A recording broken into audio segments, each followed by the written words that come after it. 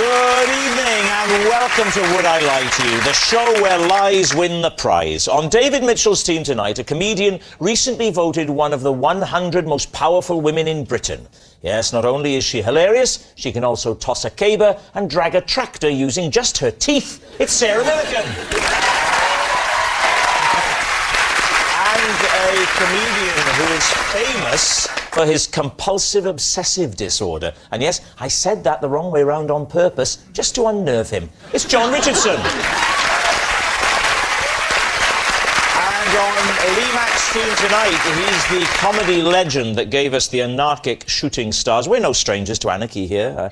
David Mitchell's not even wearing a tie tonight. It's Bob Mortimer.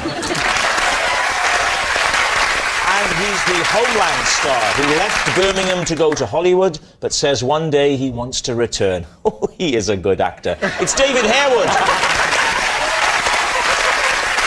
And so we begin with round one, Home Truths, where our panellists read out a statement from the card in front of them. And to make things harder, they've never seen the card before, so they've no idea what they'll be faced with. And it's up to the opposing team to sort the fact from the fiction. OK, Bob, you're first up tonight. Thank you.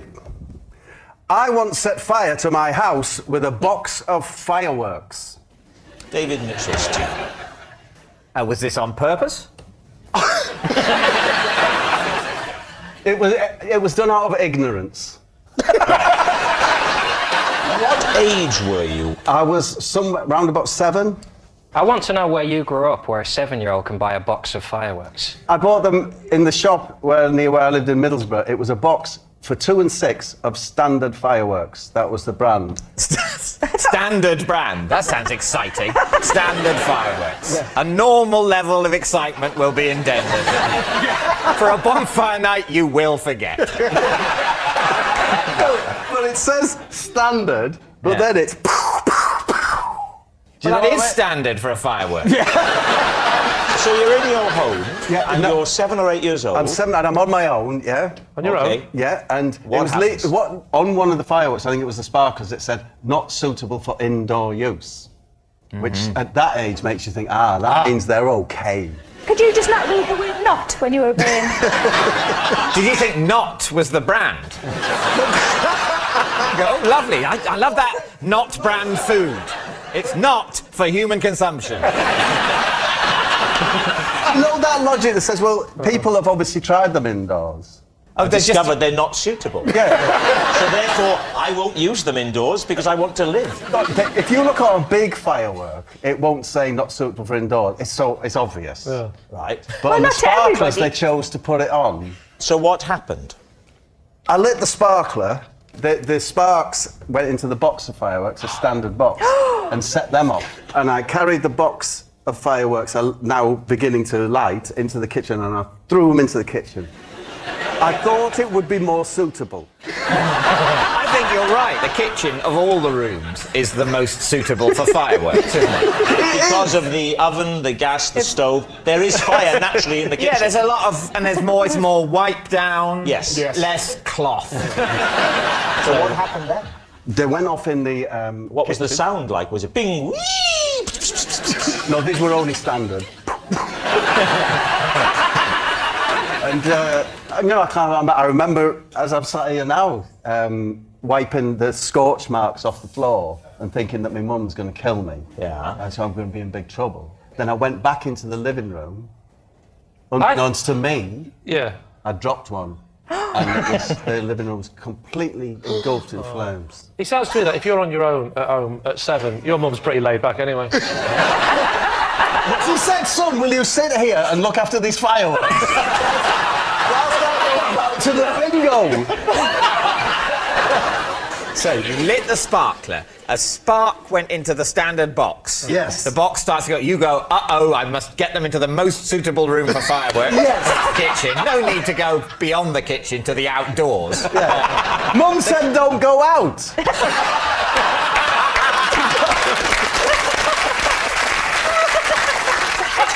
It's good to know there was at least one rule in your house. What time of day did all this happen? This happened mid-afternoon. Oh dear, so you didn't really get the benefit of it. Who put the fire out? I went to next door where Miss Best lived, She was bless her, she's about 80. And I knocked on their door and said, my house is on fire. And she said, do you know, I thought it was. So what happened then? She called the fire brigade. They fired their water hoses throughout the house. Yes. Ruining it. Even the rooms where there's no fire. Not ruining it. Yeah. You do know that before they put out fires, it's already ruined, don't you? Lee, You're making this house all wet. It was lovely and warm. it's the water damage that knackers the house. Is it? Not the fire? Not the fire. If they would use their boots to put it out. Honestly, the entire house, that's it. I was in a family of 4 children, and we were homeless. Where, Bob, keep it light. No, I'm just saying. where were all the other kids while you were alone with the fire? Why did you take 3 They were children looking out and after leave fireworks in other people's houses. So when you say you were homeless, how much of the house did the inferno claim? It's gone. Entire What, house the gone. whole house gone. The whole house Whole burnt house down. burnt down. So how much did you leave in the living room? The fireworks in the kitchen have only caused a few scorches. Yeah. What did you leave in the living room? And now, don't you feel stupid for saying standard fireworks? I'll tell you really. Well, I think you were stupid. A sparkler indoors. If you don't know what you dropped in the living room, is there a chance that it's just a coincidence? No, it could be. That it might not have been your fault? That's what I said to the press. Your fault? Press? What press? Who did you speak to? Local press. Because they came to the house while it was burning? Yeah, you know, they're their hats on, trilbies, sniffing around. With those little bits of paper in the... Were they called things like Scoop McLean? I believe he was called Ron Waffle. Sorry, Ron Waffle. It was either him, the other ace reporter on the Gazette was John Caramel. It was one of them two. Caramel and Waffle. Honestly. The question is whether you think Bob has been telling the truth. Well, I thought it seemed very plausible until we heard about caramel and waffle. I think he thinks he's telling the truth, but I think what's happened at some point, he's seen a film in which this has happened. They saw Backdraft. And is now convinced that it happened to him. I think it's a lie. Mary. I was going to say I want it to be true, but that sounds really horrible. I think it might be true. Well, I think it's true. I think it's true. So you're going to go for true? Yeah. OK, Bob, were you telling the truth or were you telling a lie? I was telling the truth. Oh.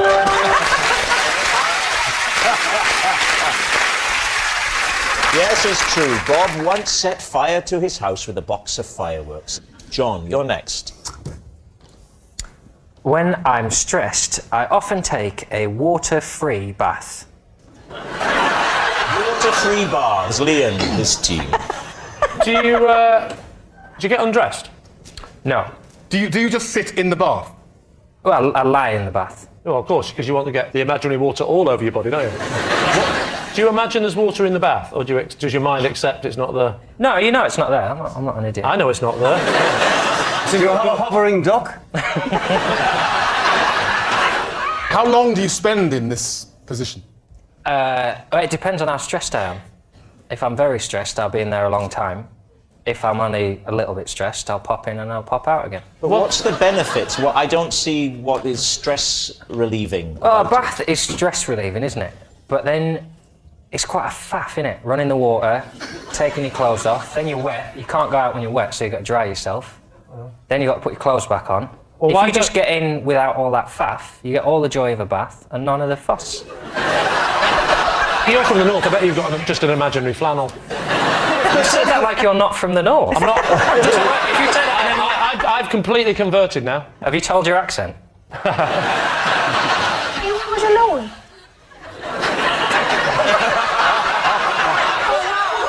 Sarah, do you mean in life or in the bath? Whichever one he wants to answer. You always should be in the bath alone. I think we'll all agree. John, do you do any bath-related things when you're in the non-bath, or do you just shut your eyes and lie there? Sometimes I'll put my dressing gown on over me or a big towel. Over your clothes? Over your clothes? Over me. I'll get in the into bath. the bath. In the bath. Oh, right. It's now suddenly got a bit more disturbing. It's a character. It's stress relief, isn't it? I don't just sit there in the bath Yeah. I don't smoke, but You can have an imaginary cigarette if you're having an imaginary bath. It's fine. So what are you thinking, Lee? Does this smack of the truth? What do we think, David? I think it's total nonsense. Do you? Yeah. Putting the thing over your head, I think it would add to the stress as opposed to relieving it. I'm going for a lie. You're going for a lie. I'm going for a lie. Got for a lie in his bath, fully clothed. Actually, come to think, a fart's not going to be half the fun in this non-bath, is it? So you say lie? Lie. My team say lie, so I have to go with them and say You're all lie. saying it's a lie. OK, John Richardson, were you just telling us the truth, or were you telling a lie? it was, sadly, true. Oh, no, Let's end the show there. We'll have a quick chat with John. We'll bring on Jeremy Kyle and we'll just end it there. Yes, it's true. When John is stressed, he has a water-free bath. Our next round is called This Is My, where we bring on a mystery guest who has a close connection to one of our panellists. Now, this week, each of Lee's team will claim it's them that has the genuine connection to the guest, and it's up to David's team to spot who's telling the truth. So please welcome this week's special guest, Keith.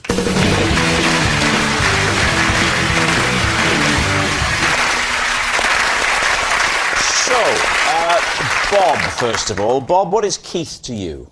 This is Keith. He's my oldest friend, and when we were at school together, we hid a dictaphone in the classroom ceiling to confuse our teacher. David Harewood? This is my old teacher, Keith. I once had to claim I wasn't me when I met him in a cafe, as I was in character preparing for Homeland. And finally, Lee, your relationship with Keith. This is Keith and his hawk. Yes. Yes, I'll admit, David, it's a difficult start. Go with it. This is Keith. And his hawk was supposed to land on my arm at a village fete, but instead stole the wig from the man next to me and flew off into a tree. So there we are. It's Bob's classroom prankster, it's David's blanked buddy, or it's Lee's hawk handler. David's team, where do you start? So, yes, David, he was a teacher at your school. Very briefly. What, a whole lesson? I mean, I don't know if... I mean, I would see him. But he didn't teach you? No, not teach He was me. someone who hung around a school, and he was charitably, you assumed he was a teacher. But if he was at the school a short period of time, how did you even recognise him in the cafe? Oh, I knew it was him. He walked into the cafe and he said, "Hi, David," and basically I blanked him. It was literally the month before I went to America when I was doing Homeland, and I'd just been to see my dialect coach.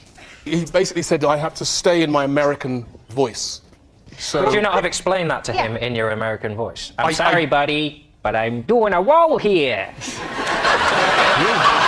I don't think it was ever as good as that, John, to be fair. I basically just had to say, "I don't know what you're talking about." Oh, I'm remembering you now. Do the voice a bit more I said, straight. "I don't know what you're talking about."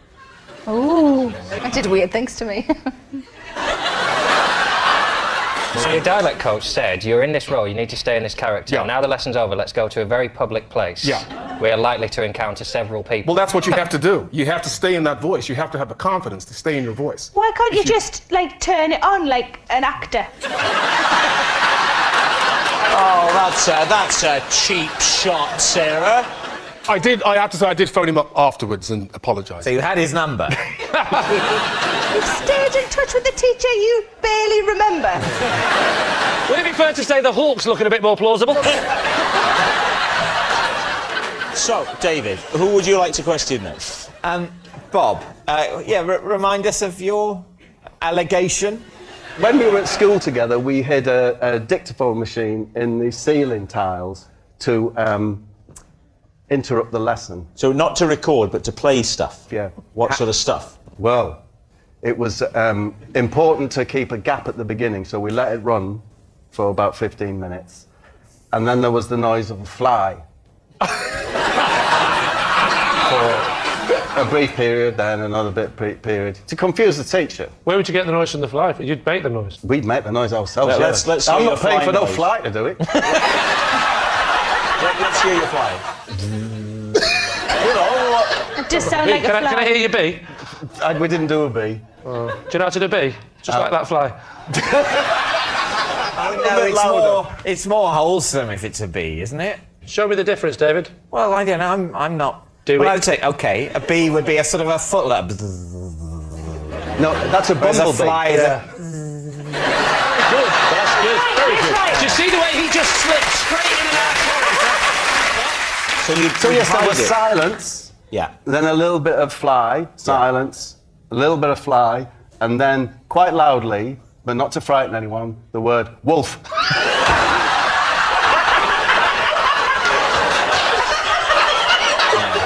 Then more silence. A bit more silence. Then Speedway Stadium. Speedway Stadium. Do you know, the idea was just to say kind of random things. He was a really nice teacher called Bill Whittlingham. How did Bill Whittlingham react to these random sounds? Well, Mr. Whittlingham left the room and said, "Can you sort this out by the time I've gone back?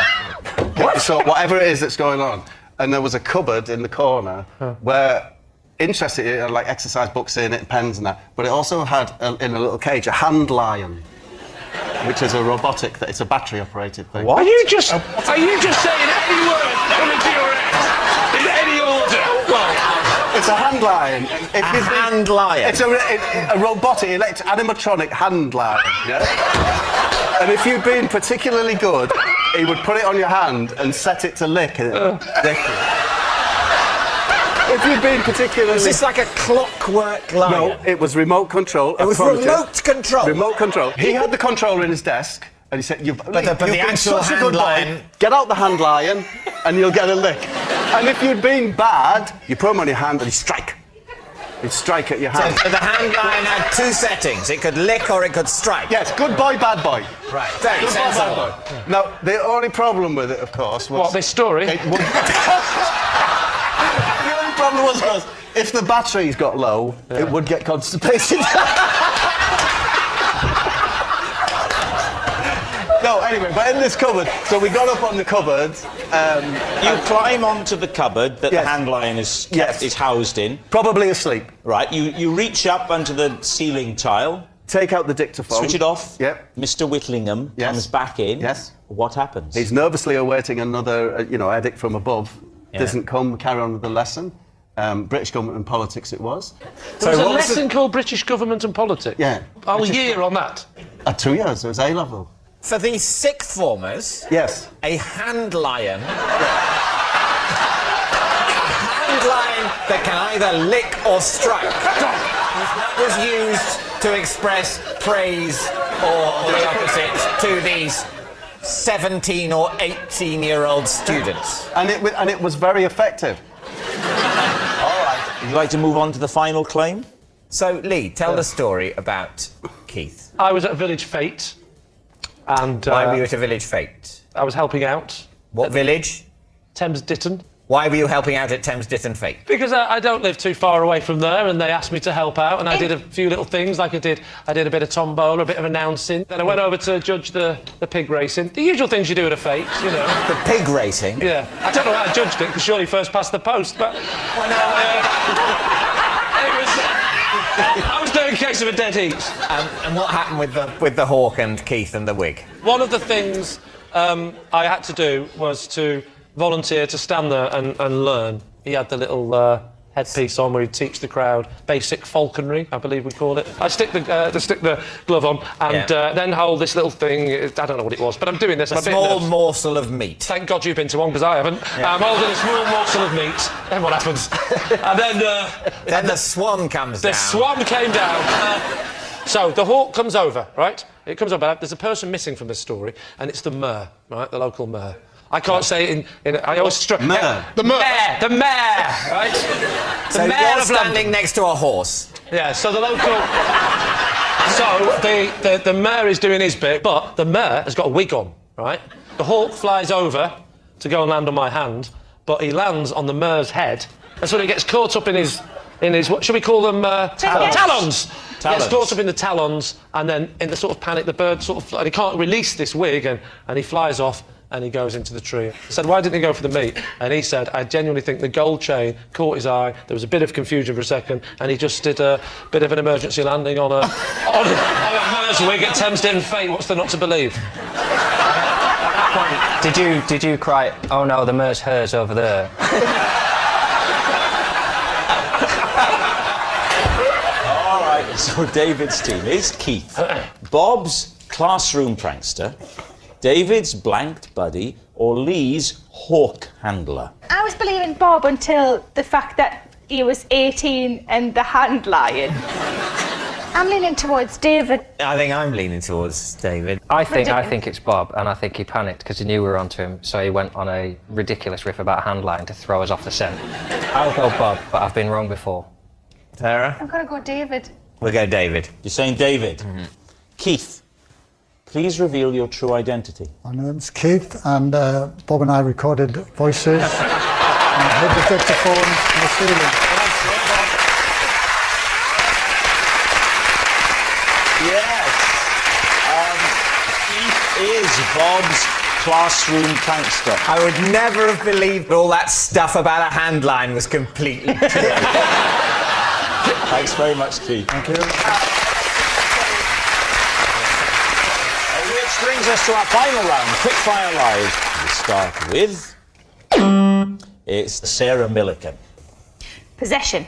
There's a box under your desk. Would you pop it on the desk? And then first of all, read out the card that's inside before you show us what the possession is. This is my cat cam. I put it around my cat's neck for a week to film what I got up to because I believed it was him who kept turning the kitchen tap on. Okay, let's take this item out and pop it on the desk. Right, Lee's team, cat cam. So you're saying that you thought the cat might be turning the tap on? Yes. Well, we know it wasn't John. So you put the cat cam on the cat for how Yes. long? For, well, generally like an hour at a time, but while I was out. So the cat's clever enough not to be turning this tap on when you're in? Well, yeah, because I would just see him doing it and then I would know it was him. If he could do the tap, were you not worried that he could turn the camera off? No, because the tap's like one of those ones where that's quite fiddly. And how do you see the picture? You connect it to a computer? Yeah, it's Is there just got a USB on there? USB thing, yeah. I see, okay. You attach it to the computer, and how long you watching? An hour at a time? Well, you fast forward it. I'm not sitting Oh, just the watching. highlights. You're doing the highlights. Yeah. Go on. The big question is: Was it the cat? Not so far, but it's still Somebody's sort of turning the taps on when you go out of the it's house. kind of a work in progress. So when you come I hope back. he's not watching, because then Don't worry, turn this off.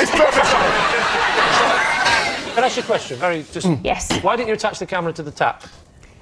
Oh. Thank you.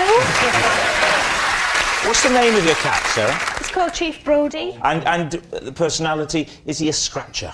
He is a scratcher. On bits of furniture? Arms. Oh, Yeah. oh. Well, that's not so much of a worry, it's the furniture is more the thing, isn't it? Is it? Thanks. That's why you're so worried about the cat turning the taps on when you've got something in your house that's attacking you. I wouldn't mind if But it's he's turning the still tap on lovely. if it's scratching my face. Well, that's because you're not a cat lover. No, but I don't like things that scratch. Well, don't get a cat then. Am I the weirdo here? Yeah. With a show of hands. Yes. That's so lovely to hear, because usually it's me. What colour is your cat, Sarah? Ginger. Pink collar, ginger cat? It's red. It's not Would pink. it pink? It's red. Oh, please, it's pink. It's red. Shut your face. Red and ginger, devil's finger. That's what they say. They do. Is that what your mum used to And they're say? still saying it. So what do you think, Lee? Is she telling the truth? What do we think, Bob? I'm saying it's a lie. You're saying it's a lie. David's saying it's... Possibly true. Well, I'll lie. Okay, you're saying lie. Sarah, truth or lie? It is a lie. Yes, it's a lie. Sarah didn't put a cat cam on her cat. Next. It's David Harewood. I can balance a banknote on my nose. When did you first find this out? When I was about 13. Is it flat or is it sort of like that? It's on its edge. Yes. And I would balance it on like that. What, straight like up? that? Yes. Yeah. On your nose? Kind of like that. So that the end of Yes. the note Yes. is along your nose there, Yeah. going upwards. Yes. And what's your technique for... Because I imagine the problem with that is that the note would immediately fall off. What's I your have to kind technique of- for preventing that? Zen. Zen. Is that a type of glue? What do you think, David? Does this have the ring of truth for you? I don't think it does. I think it's an odd mixture of something that would be impossible and not that impressive anyway. So what do you think? We think it's a lie. I think it's a lie. Three of you, all three of you think it's a lie. Okay. David Harewood. Truth or lie? It is true. Whoa!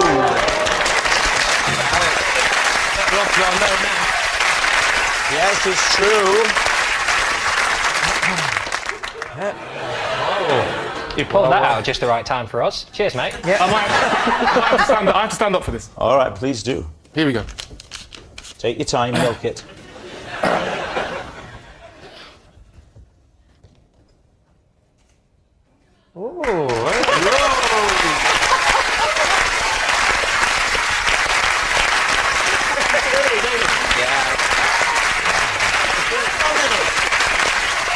Very impressive. Yes, it's true.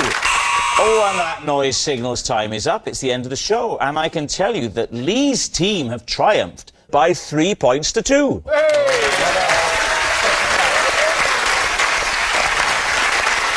But of course, it's not just a team game. And my individual liar of the week this week is Bob Mortimer. Yes, Bob Mortimer. If you were looking for an effortless liar, then Bob's your uncle. At least he says he's your uncle. He's probably lying about that too. Good night.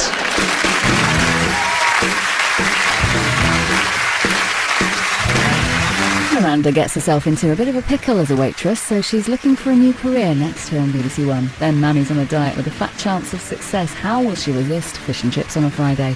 Mrs Brown's Boys at 9:30. And starting over on BBC Three now, it's Russell Howard's Good News.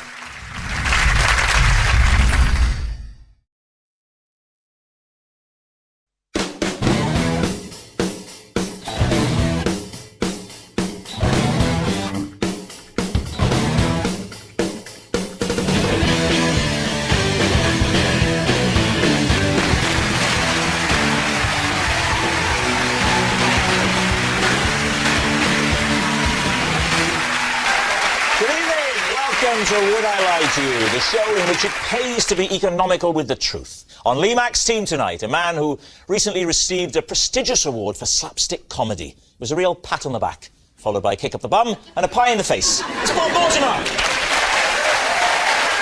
And a comedy actress. A comedy actress who collects vintage clothes for a hobby. Have a look in David's wardrobe, you'll be in for a treat. It's Katherine Parkinson. And on David Mitchell's team tonight, a sports fanatic and one of the finest BBC presenters. Football, cricket, boxing, just 3 of the things she could beat me at. It's Gabby Logan. And a wildlife expert who is always on the lookout for strange and unusual species. So if halfway through the show he throws a net over Lee, we'll know why. It's Steve Backshall. Of course, with round 1, Home Truths, where our panellists each read out a statement from the card in front of them. Now, to make things harder, they've never seen the card before. They've no idea what they'll be faced with. It's up to the opposing team to sort the fact from the fiction. Gabby is first up tonight. Gabby, please reveal all. I once had to give Alan Hansen a piggyback across a muddy car park because he didn't want to ruin his new suede shoes. Please, team. Who is Alan Hansen? He was... Are you serious, by the way? No. Oh, Okay. No, I think he's the handsome Thunderbirdy one. That's right, yes. Yeah. Where was this? Old Trafford. That was the muddy field? No, the car park outside of Old Trafford. Oh, it was the car park of Old It was Trafford. a very wet, typical kind of northwest day. And Let's not be northernist. the car park was actually flooded in some areas and quite wet. And we'd had an evening match. It was an FA Cup replay, and he was joking about his shoes, and I, for a laugh, said, "Just jump on." And how I'd far... always...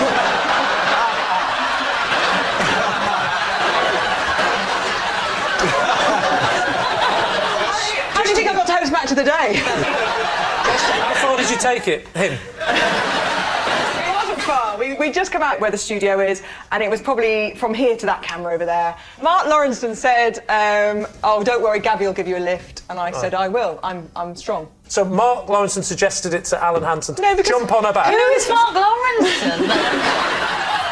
Al said, Charlotte, oh, hang on a second. Al said, Please don't start impressions, because he was... That's all I asked for you tonight. Please tell me what the callback was. Is it alright if I jump on your back, Gabby? Is that Mark Lawrenson or Alan That's Alan Hansen? Hansen. And Mark Lawrenson went, "Hey, go on, jump on her back." And you feel like you were there, don't you? If you're going to come on your John Hansen, you've got to be absolutely sure you John Hansen first. You're made in front of the ledge or movie thing, you can't say what you see. There's nothing about it there. You've got to come from the back and get up front. 2 words for you, Duncan Bannatyne. That's it. Alan Hansen is that is woeful defending. What? Woeful defending. What are you doing now? That's Harry Seacombe. So, I still want to focus on the details. Okay. Has Hansen in any way given you any warning, or has he just lunged To and be fair, jumped? he did. He kind of went, "Oh, she wouldn't be able to carry me," and that was a red rag to a bull. I just went, "Yes, I will." God, that sounds awful. I don't know. I get used to those kinds of requests at work. You know. So what do you think? Could she have done this? Well, I mean, I'm still not entirely sure who Alan Hansen is. I've got very confused with all these different impressions because they're all quite different. Well, they're just talking to Duncan Bannatyne. We're always going, I'm doing this one of us, doing it anyway. I'm out. So what are you going to say? I wish Alan Hansen had a catchphrase, that would have helped me. You did. You'll never win it with kids. You'll never wear anything with kids. You'll never win anything with kids. That's a phrase you don't want to be taken out of context. He was referring to Manchester United, who, Oh, right. who Who had a very have young... children playing for them. All right, what's it going to be? I'm sure it's true. You think it's true? I don't think it's true. Sorry. I just have this feeling deep inside that Alan Hansen and Mark Lawrenson don't speak to Gabby.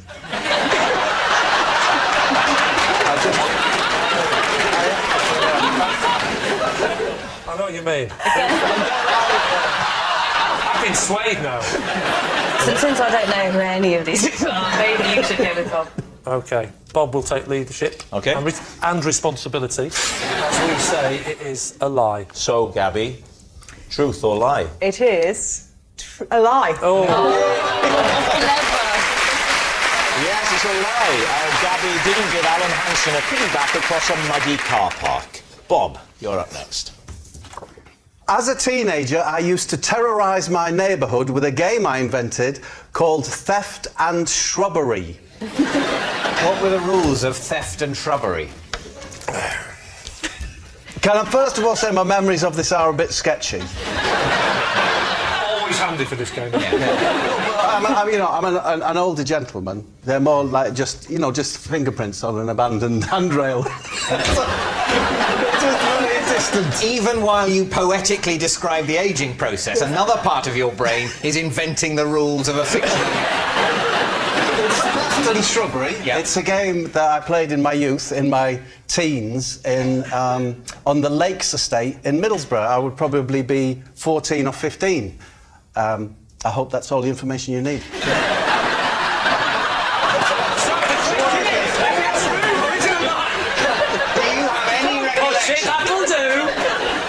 As to what this game involved? Yes, of course. Of course. In which case, I'm satisfied and there's no need to tell. What were the rules? There would have to be a gang of you. I would usually be with Staver and Bagger. I didn't realise you knew hobbits. Neil Overall, Jerry Dungaree's son, of course. Didn't take his father's name. Hated him. So, and Gary Cheeseman would be there. The reason he was called Cheesy is because his mum used to give him a cheese. Do you know the cheese slice? Yeah. To take out with him when we were hanging around the shops and that, because she thought it was good for his spots. And she'd want him to first and slice. Surely it's because of his surname Cheeseman. Surely that was part of it. Do you know, Gary Cheeseman was a big lad, yeah? A very big head. A sniper's dream, they used to call him. He's such a nice... The thing is, he's such a nice lad. And he was a... I love these points in the show where we say, Bob, let's all gather round the fireside. Tell us tales of your youth. So the rules of the game, of course you will not. The rules of the game. Theft and... Shrubbery. They're relatively simple. You had to creep into the back of someone's house and observe the family watching the telly or whatever they're doing, yeah? It's getting a bit sinister now, Bob. Yeah, I know. Is this at night? This is on the evening time, yeah. So the family, as it were, backlit by the domestic lighting? It's beautiful. Yeah. And then you'd find one where the curtains were open, yeah? Go to the rear of the garden and then you'd slowly walk towards the window. Right? Try not to disturb them. And you'd chant, increasing the volume as you went, "We do beg your pardon. But we are in your garden."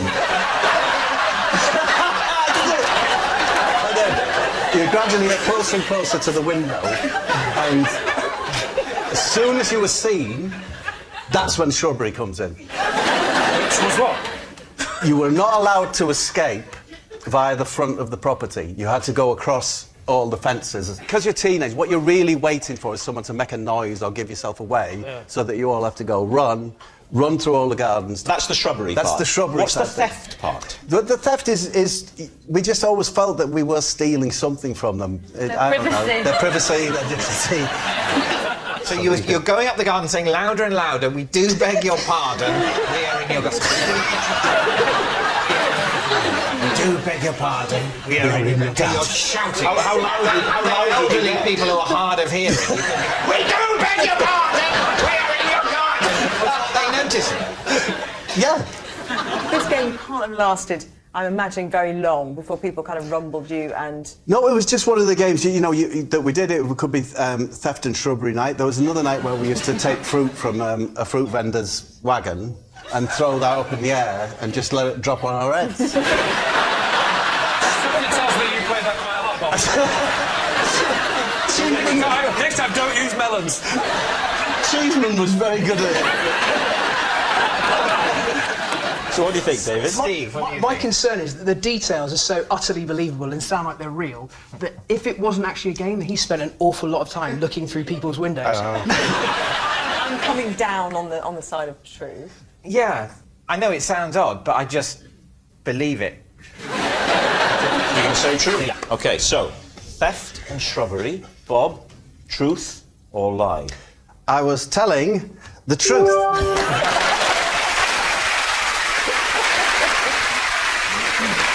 Next round is called This Is My, where we bring on a mystery guest who has a close connection to one of our panellists. Now, this week, each of David's team will claim it's them that has the genuine connection to the guest, and it's up to Lee's team to spot who's telling the truth. So please welcome this week's special guest, Miller.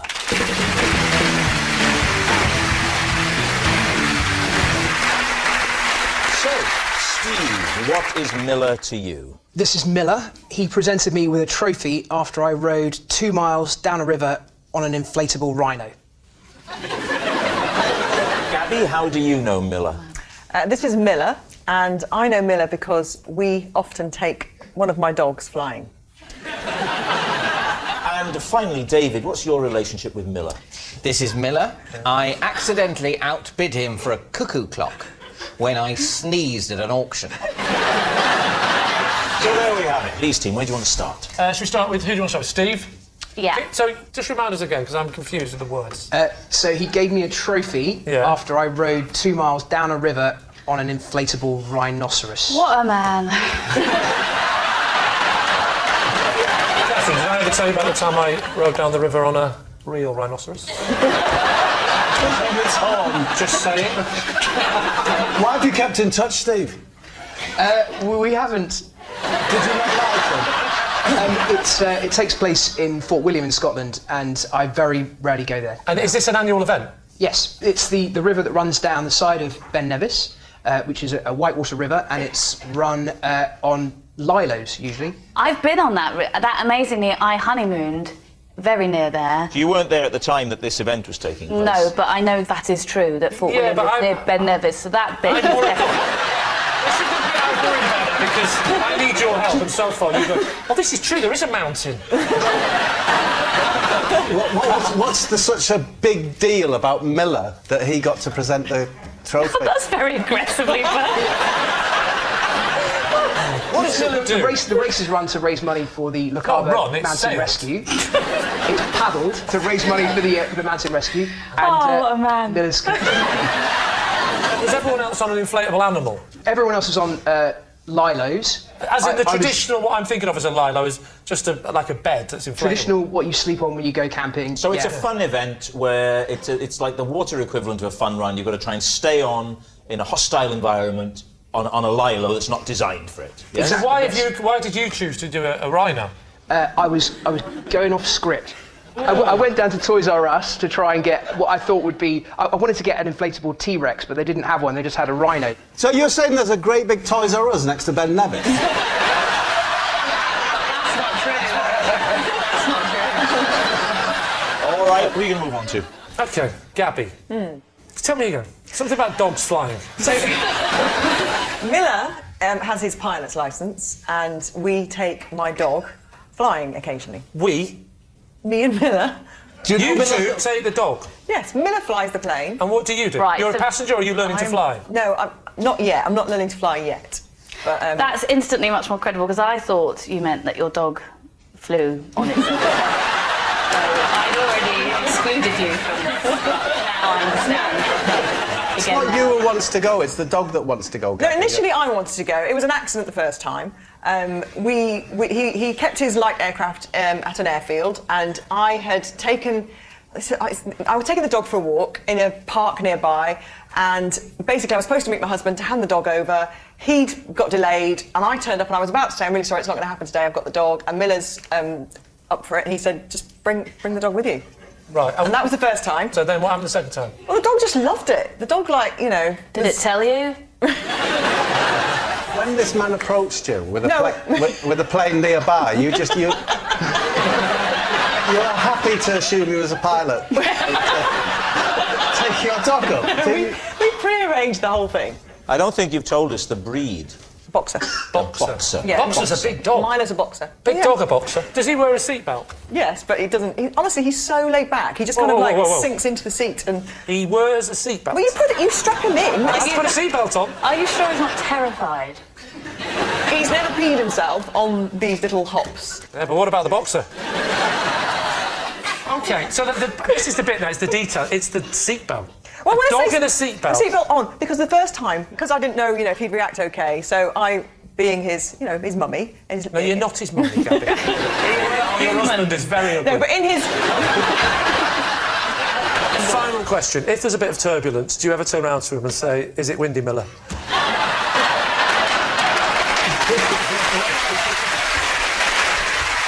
Now, what about David and the cuckoo clock? Oh, wow. No, there you go. I'm interested to know what your accidental outbid was for what amount. I think it was about £250. And had you been bidding up to that point and then stopped? I had not. No. Did not bid at all? No. What were you there for? I was there because my wife wanted to buy a dining room table. MFI was shut, was it? Because as you've had occasion to mention, Lee, I'm terribly, terribly posh. Right. And so you could feel it coming on as the... And were you worried that this was going to... Well, no, I wasn't. I didn't think this would happen. I thought it was a ridiculous thing to have happened. If you told me beforehand, would this happen? I'd say, no, I would never believe anything like that could happen. You have to convince us we're struggling. I get hay fever at some times of the year, and this was one of those times. You're not going to get this story. Weirdly, every time I sneeze, I hold up a number. I didn't hold up the number. I sort of had the number there, but I didn't hold it up. What did you do then? I sneezed. Surely if the system is you hold up a number, at some point your hand must have come up as well. You're echoing my very words. That's what I said. Of course, it's a ridiculous situation. Someone sneezes, they just happen to have the number slightly visible and the auctioneer takes that as a bid. What sort of a system is that? Let's have a quick reenactment of the moment. I mean, you were at 240 pounds going to the gentleman in the nice, soft, crushed velvet. 250 David Mitchell is big for this, and the money will go to a good home. Thank you, David. No, please, auctioneer, but... Oh, all right, I'll be quiet. This is so embarrassing. So how did you make the connection with the miller? Because I was aware that he'd made the penultimate bid, but I tiptoed up to him afterwards and asked... if he wanted to buy it for the for his last bid, for his last which bid, was so what? I would only have been, I think, about 10 or less than I'd bid. But if you exploded like that, I don't believe you would have tiptoed. And I probably didn't actually tiptoe. I wasn't actually, you know, I was probably resting on the heels of my feet. But I walked what I thought was quite discreetly, although I accidentally bought a couple of vases on the way. All right, we need an answer. So, is Miller Steve's prize presenter, Gabby's pet pilot, or David's clock collector? Well, I believe that he gets hay fever, David, but none of the rest of it. So you believe the cool thing? Yeah. So, Katherine, you're saying it's not David? I don't think it's David. I believe Steve's won trophies, but none of the rest of it. So I believe Gabby. I think that all sounds You very believe true. she likes to take a boxer dog flying? Yeah. With Miller? Yeah. I don't think you can take a dog on a plane, you know. What You can take dogs on planes if you go through the correct channels. You They can. sent a dog into space. They never got it back. I don't believe Gabby's story, but I do think he looks like a pirate. That's the... You see, if we were talking about looks, I would say it's the only time I am going towards David. He looks like a man who's desperate for a cuckoo. He looks like a man whose budgie recently died. And he's looking for some company once an hour, but just for a split second. I'm with Gabby. You think it's Gabby? You're saying... Let's say Steve. When all three of us are agreed it's not David. Yes. Yep. We're going with Gabby and the flying. You're saying it's Gabby, it's the dog in the plane. Miller, would you please reveal your true identity? OK, I'm Miller. I presented Steve with a trophy for riding down a river on an inflatable rhino. Yes, Miller gave Steve a trophy. Thank you, Miller. Which brings us to our final round, quick-fire lies. And we start with... It's Lee. Last month, I was honoured to be made captain of my netball team. David. How many players are there in a netball team? What? How many players are there in a netball team? You didn't let me finish the sentence. Last month, I was honoured to be made captain of my netball team. Shortly afterwards, I was sacked after I picked the wrong amount of players. That was my problem as captain. Never knew. I'm fairly sure. Five. Is that No. No. Wait, go through the positions for me then. Will you remind me again what they are?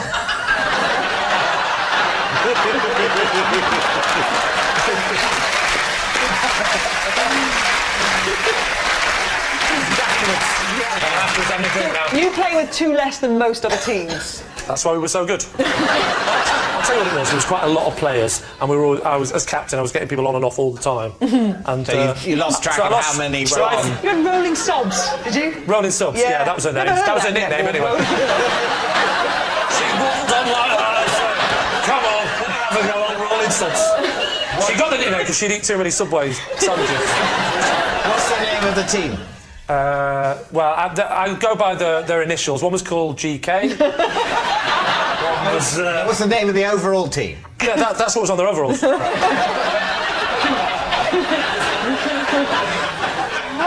No, it was the team. They were all women apart from myself because I'm a man. So it wasn't a men's netball team, it was a women's netball team with one man. But I was asked to What be... position do you play? I played the goalkeeper. Not the net keeper. That's the mistake I made. Goal defence? No, you have a goalkeeper and a goal defence. Do you? Yeah. Thank God for that. I don't think we established the name of the team. They must have had a name. So basically, I will now come up with 6 names of girls. No, we don't Team know. name. Team. I said, what were the girls called? What is the team name? That is the Surrey Storm. So were these the Lee's ladies? I got it. It was the Surrey Storm. It wasn't. That would be too much of a coincidence. It was. Isha Ladies. Isha Ladies. I was very strict about You are. change the name to Isha. This is a curious turn of events. How did it come about? My wife is in the team. So are you, remember? Well, I was in it for a short period of time, I think you'll find, because this was only last month, so I've only just joined it. But you've been immediately made captain. Listen, the first day I turned up here, I was made captain. What's the difference? Some of us just have a present. I genuinely am not allowed on boats anymore because people keep pushing me at the front and saying... So you're allowed to have 1, 2, 3... Could you have 7 men playing in the Ladies' League? No, you're thinking of the men's league. In this ladies' league, how many men are permissible per Usually, team? under normal circumstances, 0. Right. But they made an exception. Did they not because notice you were a man? The team loses every single week, and they've become a bit of a joke in the Surrey's Ladies' League. So I turned up, they were a player short, and they said, look, you know you're going to lose, you always lose. Why, is there any chance at all we can just have my husband playing as well? I went on, and I wouldn't have got on, but Rolling Subs was feeling a bit sick. She'd had 5 that day, she was shuddering. Oh, you go on, Liam, having another one. And so I went on, and they said, there was a little bit of a token thing, they said, let's make him captain because of his large hands. Captain Large Hands, they called it. So what are you thinking, David? Is this true? What do you think? It sounds remarkably untrue. Do you think it happened? I don't think it happened I don't think it happened. You're going to say it's a lie? All right. Goalkeeper, truth or lie? This is, in fact, a lie. Yes, it's a lie. Lee is not the captain of a netball team. Next. It's Katherine. No matter how hard I try, I can never properly pronounce the name Mick Hucknall. David's team. You seem to pronounce it perfectly there. I mean, it's similar to Mick Hucknall, but With an E and an R in it. Yeah. Oh, well, I would pronounce Mick Hucknall as Mick Hucknall, and Mick Hucknall I pronounce as Mick Hucknall. And that's the problem. The Simply Red singer. So who's the singer with Simply Red? Mick Hucknall. You can say Mick Hucknall, but not when you mean Mick Hucknall. That's right, yeah. What do you have to mean in order to say Mick Hucknall? Mick Hucknall. Right. And who is Mick Hucknall? I've never met. It's not a name one needs to say, unlike Mick Hucknall. When I say Mick Hucknall, I mean Mick Hucknall, but I've never met a Mick Hucknall, which But you I would spell you like said when you say Mick Hucknall. Hucknall, you mean Mick Hucknall. That's right. When you say Mick Hucknall, you mean Mick Hucknall. So what you were saying then is, when you say Mick Hucknall, you mean Mick Hucknall, which means you can say Mick Hucknall to mean Mick Hucknall. So you're fine. It's a lie.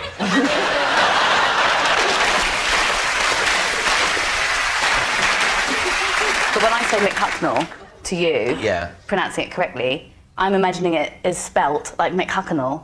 But in And in other words, you get completely... There's things like spontaneous. I know I'm not pronouncing that in the correct way. What are you actually trying to pronounce there? If something's a spontaneous event, or spontaneous... Why don't you try and say spontaneous, and then you can explain to Gabby what you mean by spontaneous. No, I'm spontaneous.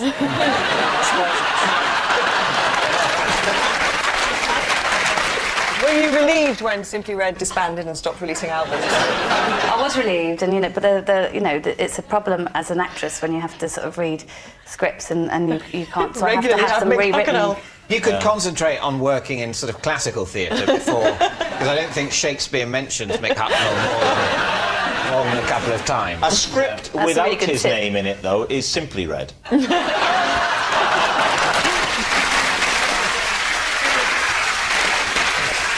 what do you think, David? What do you think? I think it has a ring of truth. I just can't imagine you having to say Mick Hucknall that often. What do you think, Gabby? She says Mick Hucknall so beautifully. I think you're through it, and it's great that you could share it tonight, but I think it's only in honour of Catherine's full recovery we have to say that it's a lie. Oh, OK. Katherine, truth or lie? That was, in fact, a lie. All that noise signals time is up. It's the end of the show, and I can reveal that David's team have won by 4 points to 1. But of course, it's not just a team game, and my individual liar of the week this week is Gabby Logan. Yes, Gabby Logan, a woman who could lie for England, which is quite an achievement considering she's Welsh. Good night.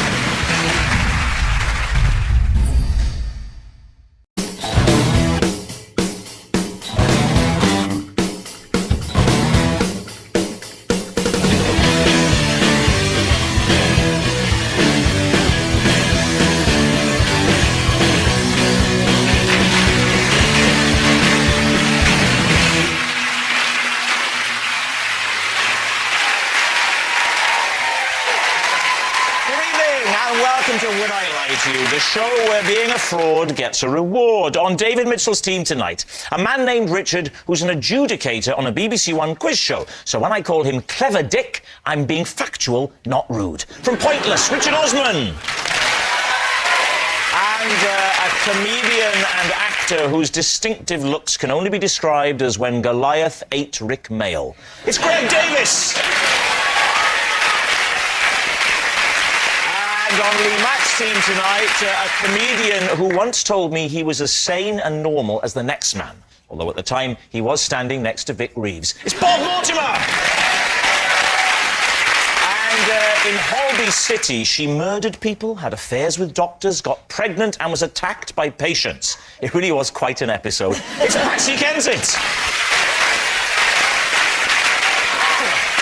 And we start with round one. It's Home Truths, where our panellists each read out a statement from the card in front of them. To make things harder, they've never seen the card before, so they've no idea what they'll be faced with. It's up to the opposing team to sort the fact from the fiction. Greg is first up. Greg, would you reveal all? At school, I invented a game called Snorkel Parker Music Practice Room. There we are. Lee's team, what do you think? What's the game called again? It was called Snorkel Parker Music Practice Room. Right, and can you describe the game to us? Myself and several friends, we all had Snorkel Parkers. What is a Snorkel Parker for some of the younger viewers? It's a large hooded coat with a fur-lined collar. The one that comes out at the front. Yeah, and, it's fur. And you can zip it up so that it comes right up, and so that only your eyes are visible. Can you describe the rules? Imagine we've never met, I've got my Snorkel Parker. What would happen next? Well, then you and I, Lee, will go to the music practice room when... I'm not falling for this again.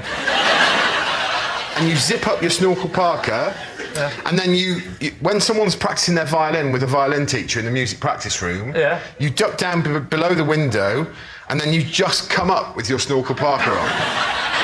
So just imagine you're a historical reenactment society. You've got your members there. I suppose. How would you? I'd have to fully demonstrate it by using my making an ad. Feel free to ask Richard and David to help you out on this. Would you help me out with this? Well, I mean, you see, this is one of the moments where I don't like having to. Want to do it? Yeah, all right.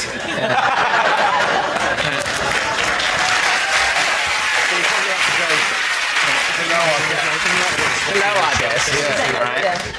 So if you imagine that this was the music practice room and there was someone in there having a lunchtime violin lesson, you would wait until they were in mid-tutorial and Right, then, I'm picturing it, yeah. and then together, after 3. Okay. Yeah. 1, 2, 3.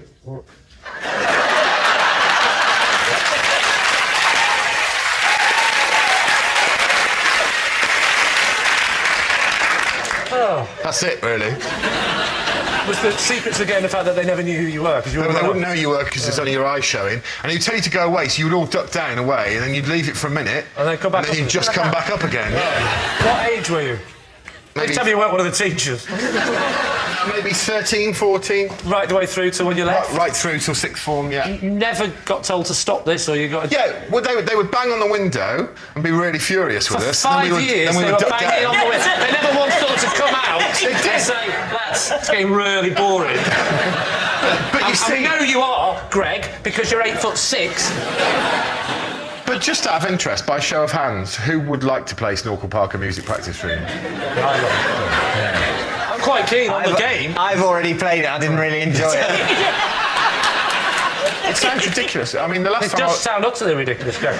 It's almost as if you're lying. Do you think he is lying, Lee? What are you going to say on this one? Well, I actually believe him. I could just see you doing that for kicks and giggles. Bob, which way are you leaning with this? Well, it's got the anticipation, it's got the jeopardy, it's got the lot. What a game! Greg, Something tells me you're going to get a phone call from Waddington's. If this gets picked up, this is just because I've talked about it now, it's mine, right? It's only yours if you really played it. If it's a lie, then you haven't copyrighted Well, who's it? If it is a lie and I've just read it off this thing, whose idea is it? Well, the person who wrote the lie. I'd like to maintain the rights to Balaclava Sports Hall. If anyone's interested. Right, Lee, it's time to take a guess. What are you going to say? We're going for true. You're saying it's true. OK. Greg, were you telling the truth? Or were you telling Well, right, because that would make me utterly pathetic, wouldn't it? Yes, I was telling the truth. Yes, it's true. Greg did invent a game called Snorkel Parker Music Practice Room. At school, Greg was very popular with the other pupils. Not surprising, really, considering they'd created him in a science lesson. Richard, you're next. I once buried a badger with the banker from Deal or No Deal. Lee's team. I know the programme, but who is that? Who is the banker? We never hear the banker, do we? No, I'm not allowed to tell. If I told you, I would have to bury you alongside the badger, I'm afraid. Oh, so the badger found out. Is that what happened to him? What's burying the badger a euphemism for? This banker, can you describe him to me, please? Yes, I could do. He's just a guy, like you and I. Somewhere in between. Well, you which and one I. is it? Why do you know the guy from... I know that way back when I used to be the producer of Deal or No Deal. Right, and what's his name? He is called the banker. Now, what's his real name? I can't tell you what his real name is. It's on the credits of the show. What does it say on the credits of the show? It says the banker as himself. Why was the badger dead? Yeah. We hit it with a car, unfortunately. What were you doing in the car with him? About 70.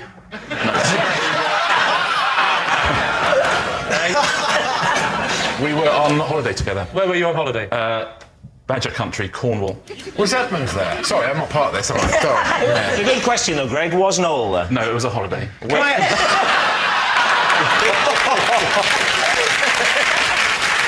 Before you buried the badger, did we put him in a box and then there was loads of other empty boxes? And then you stood there and you had to choose which box it was. Dead squirrel, wrong box. I think it's very sad that the badger died and everything. Yes. But why was so much trouble to dig the grave? Because the banker's wife was with us. Oh, can you tell us her name, or does she work for, the Iranian government? What is the name of the banker? Was this during the day or of the evening? It was late at night. Had you had a few... I had a few, yeah. So you went and got Were you driving then? No, I wasn't driving. If he's not going to say the name of the banker, of Deal or Deal, he's not going on national television going, I was driving, I was mullet. Say badger, I mean none.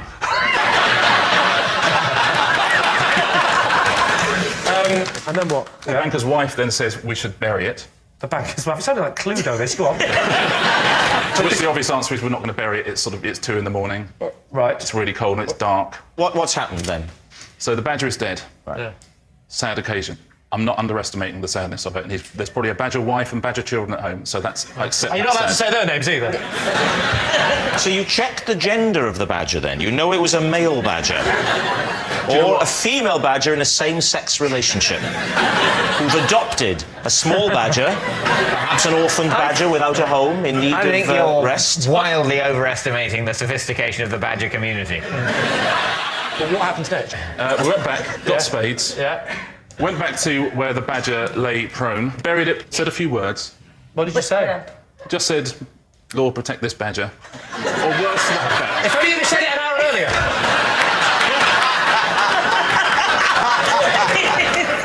So go on, Lord, protect this badger. I think I said a few words about the family of the badger and gave some words Tell of us apology. the word. I want the words. I apologise to the family of this badger, wherever they may be, because I'm guessing they're nearby. Yeah. Put some stones on it. Went back home, started drinking again. So, Lee, what's it going to be? Truth or lie? Oh, I think it's true, Lee. Bob thinks it's true. You think it's true? Yeah. Patsy? I don't believe the badger bit. I think the badger bit. That's quite essential to the story. But everything else you believe. I believe he knows the banker. Right. I think he knows the banker's wife. Well, there's your answer. There's your answer. We think it's true apart from the badger bit. Lee, it's time to make Well, your it's mind up. true. It's true. You're saying it's Apart from true. the badger bit. Richard, were you telling the truth or were you telling a lie? I was telling the truth.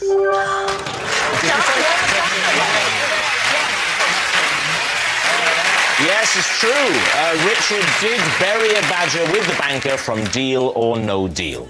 Patsy, you're up next. When I was younger, I was regularly paid to babysit Marvin, my neighbour's pet dog, who had died and been stuffed. David's team. Right. So that you were babysitting the dog only post-mortem. Yes, after he died. What did your duties involve? Well, they were elderly people. They'd leave out like food and water. And what I used to do, because I felt so sorry for them, was I would sort of pour a bit of the water away and like half the food and stick it in, the rubbish under some kitchen. So they come back to you see? Yeah, he's he alive. is alive. They thought the dog was alive, did they? Well, no, they can't have, but they behaved. I mean, it was a very unusual family, and she had pictures, framed pictures of him when he was alive and when he was stuffed. How do you know the difference? The photographs? Because it wasn't a good stuffing. I suppose the stuff one, he always looks exactly the same wherever he was. Yeah, his expression didn't change much. What sort of dog had Marvin been before? Yorkshire Terrier. Right. And And we had a Yorkshire Terrier called Pepper, who was alive, I'd like that to say. was rubbing their nose in it, wasn't it? Stuffed peppers. But our dog...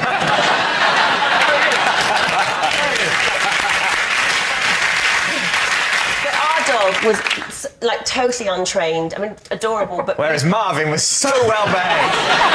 What position was Marvin stuffed in? What was? Standing. Did he have a facial expression? If there was any kind of emotion coming Like from? this, like that. So like he was angry. Like he died in a battle. Maybe he was stuffed to death. Yeah. What a way to go. If I had a stuffed dog that was stood up, I'd put one of its legs in a bucket, then I'd always know where that bucket was. What do you think, David? Which way are you leaning on this? What do you think, Richard? Sounds quite convincing. You're convinced? Well, I think it's impressively told if it's a lie. I think impressively told. A You lot know, of the that's a detail. question. You're not an actress, are you, Patsy? A lot of people say I'm not, actually. Well, I think it's a lie. My instinct is it's the truth. We're going to say it's true. You're saying it's true. OK. Oh, no. Patsy Kensit. Were you telling us the truth or were you telling us a lie? That story was a lie. Yes, it's a lie. Patsy wasn't regularly paid to babysit her neighbour's stuffed pet dog. So at the end of that round, Lee's team are in the lead by 3 points to 0. Well done, team.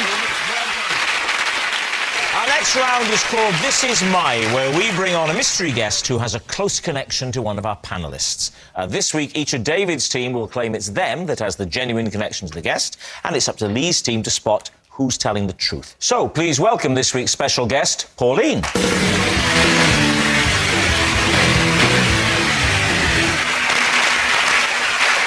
So, Richard, what is Pauline to you? This is Pauline. Last year we met at a Snoop Dogg gig and we bonded because we were the two oldest fans in the room. David, how do you know Pauline? This is Pauline. When I was a cub, she was the Arcala and she had to take me out of the scout hut once for asking too many questions when we were being given a talk by the police. And finally, Greg, your relationship with Pauline? This is Pauline. She's my mum. She once drove past me when I was having my first fight and got out of her car to cheer me on. Lee's team, where do you start? Greg, how old were you on this first fight? 12. Right. And so where was this? At school? No. Where was it? Outside... Outside the music room? It was in the street. In the street? Yeah. Who were you fighting? I honestly can't remember his name. He was a lad, and he was in the year above me. And I remember he had fairly distinctive red hair. Is that why you fought him? I fought him because he'd fought one of my friends. Oh, OK, so this was like a... You were like doing a heroic gesture. Yeah. And he was older than you? Yes. What was your friend called? Well, I'm from Shropshire, so he was called Chinese Dave. Is everyone called Chinese Dave in Shropshire? No, I just think he was called Chinese Dave, and I honestly don't know the reason, because he certainly wasn't Chinese. I think it's because he used to wear a hat. Well, that would be it. That'll be it, probably. What was your fighting technique, do you recall? It was a sort of windmill of bones. Just like this. Windmill of bones? I give you the windmill of bones! What was your mum shouting at you by way of encouragement? I mean, as I recall, it was just get in there. Get in there, son, is what I... And was she there the first time you had sex? This was in the street. Your mum was driving. Yeah. Past you, saw you. She knew about the attack on Chinese... Dave, yeah. Who wears a hat. So I presume she saw what was going on and thought, oh, it's good that my son is avenging Chinese Dave's... So, did she get out of the car or just do it from the window? Was it a drive-by? She got out. You didn't win the fight. Did your mum then... Surely she stepped in and stopped it, or did she say, keep fighting? Well, let me tell you, Patsy, the fight came to a fairly abrupt end. Why? And I'm going to give you some very specific detail now. Thank you. Because I was chewing polos during the fight. Please, no, you're not going to try and convince us that they came out and your mum thought it was teeth. Hear me out. I got caught in their mouth, and literally I spat polos everywhere, and my mum went, oh no, it's teeth, it's teeth!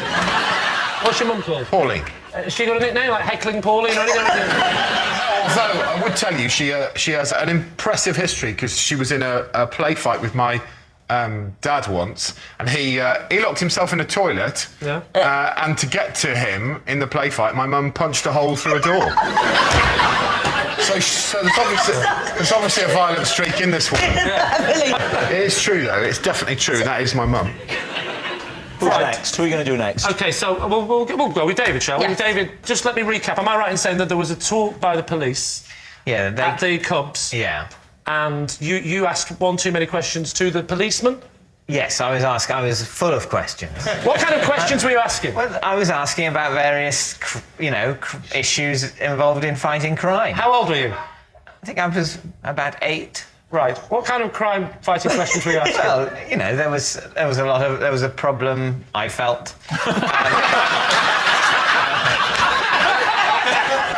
There was a problem with vandalism and graffiti in the area. At that age, you're supposed to be taking part rather than complaining about it. That's OK. Different upbringings. That's fine.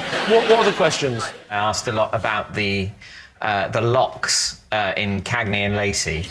I was at the time very aware of the security measures in all of those flats in New York and the big locks on the doors. And I said, why don't we have locks like that? And how can we keep burglars out if we don't have locks like that? Right. And the policeman was saying how you can't keep out a determined burglar. And I was saying, well, why do we lock the doors at all then? But I wasn't really aware that he was supposed to be trying to get on with a talk, and maybe the questions would happen at the end, and maybe they wouldn't all be asked by me. Where was this Cubs? It was in Headington. Headington? Where I grew up. Well, I know that. I don't think you travelled. Yeah. I assumed it was where you lived, otherwise that would be bonkers.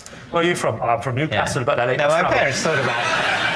parents had heard about a very good Cub Scout group about 400 miles away, and they thought about driving me there to get the very best training at the time. Yeah, absolutely. But What badges did you get, David? Don't talk about badges in front of Richard. Richard, remind us once again of your truth. Pauline and I met at the Snoop Dogg gig. Oh, where was he playing? It was at the Forum in Kentish Town. When was this? What year? Last year. Last year. So he was called Snoop Dogg because he's been called a lot of things. Well, hasn't he certainly has. In the olden days, he was Snoop Doggy Dogg, but now just Snoop Dogg. But whereabouts were you in the Forum? Whereabouts were you watching the show from? Well, we met when there was a delay, as there often is at rap concerts. There's sort of an hour delay, so I went up to the little bar. Why is there a delay? Well, because it's Snoop. You don't rush Snoop. Who supported him? Did he have a support act? Yeah, Corrupt. What was with a K. With a K, wow. With a K. I'd have left after them. What was his hair like, Snoop's? How's he wearing his hair? He was wearing his hair, he had sort of cornrows, essentially. He knows all the words, doesn't he? Yeah. He's definitely read up on this. Yeah. So you guys, your eyes met across the... No, in this delay, I went up to, there's a little quieter bar upstairs, and I went up there to play a bit of Scrabble on my phone. Oh, God. Because I was with younger people and they were enjoying the support act, they were enjoying the fact that there was a delay and there was loud music playing, I was enjoying it less. Yeah. Pauline was reading a book. Right. So I thought, OK, she's quite bored as well of this thing. So anyway, I'm playing my thing. She said, "Oh, what are you doing?" Yeah. And I said, "I'm playing Scrabble on my phone." She said, "I didn't know you could play Scrabble on a phone." Right. So I showed her, and then we started playing Scrabble on a phone. Have done ever since. And then Well, you're going out with each other now. You know what, Lee? Early days. Have you actually met up with Maureen since? Pauline. You're not going to be able to dissect us with those blunt little... So, Lee, where's this leading you? What are you thinking, Lee? Patsy, do we believe any of these people? Because they're all sounding chronically untrue. The Chronic, of course, was one of the first albums Snoop was on. Why did you...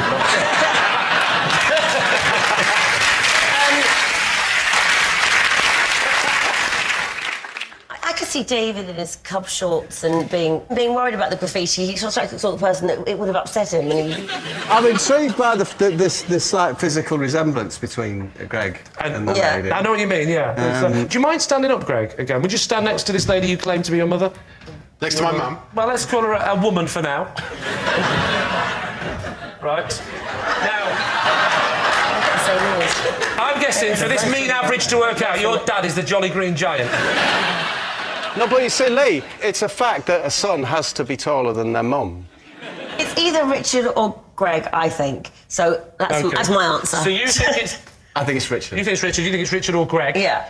Don't Tim, say forget Richard. What are you going the to say? Scout hat one. Sorry. I'm sorry, are you still here? The Scout hat. OK, I need an answer, and I really do We're going need it for now. David. He's trying to double bluff me at the end, so I'm going to go with saying David. it's David. And if it is David, I'll be so happy now. You're saying it's David? I think it's David. OK, Pauline, would you please reveal your true identity? My name's Pauline. I am Greg's mother. And...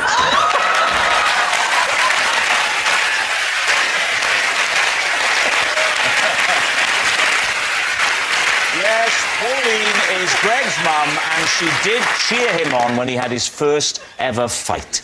It must have been awful to see him fighting. Wonderful. Wonderful. Thank you very much, Pauline.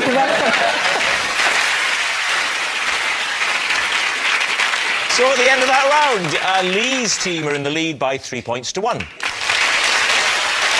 Which brings us to our final round, Quickfire Live. We start with Bob. I can break an apple in half with my bare hands. David's team. What is your technique? I take it in the hands. Yes. Are your hands bare at this point? Of course they're bare. Yes. Friction's very much part of this this equation. You must pull it, I'm going to say east to west. A lot of people think you need to twist. You don't need to twist. You don't need to twist. Really? You just don't need to pull twist. apart. Pull it apart. How do you get the Pull the grip? apple apart. Won't your hands just slide away from it? I just thought you'd need to twist. If you twist, you fail. Twisting equals tears. So you just grip the apple in your hands and then fling them apart, and you have 2 half apples. No, I rip it apart. Yeah. The way you were miming it then, there's like downward pressure from the thumbs, almost as if you're trying to open it like a book. Yeah. Is that what it's like? Because I can believe that more than the just grip, bang! Yes. No, David, that's fair enough. Yes. It's just you're almost like you insert. Oh, but I so wish it was bang. It's not. No, you're inserting the thumbs to try and pull it apart that way. No insertion. All right. No, but that's downward the grip. pressure. Downward pressure. And there it is. So where are the thumbs? Are the thumbs either side of the stalk? You know where the thumbs are, David.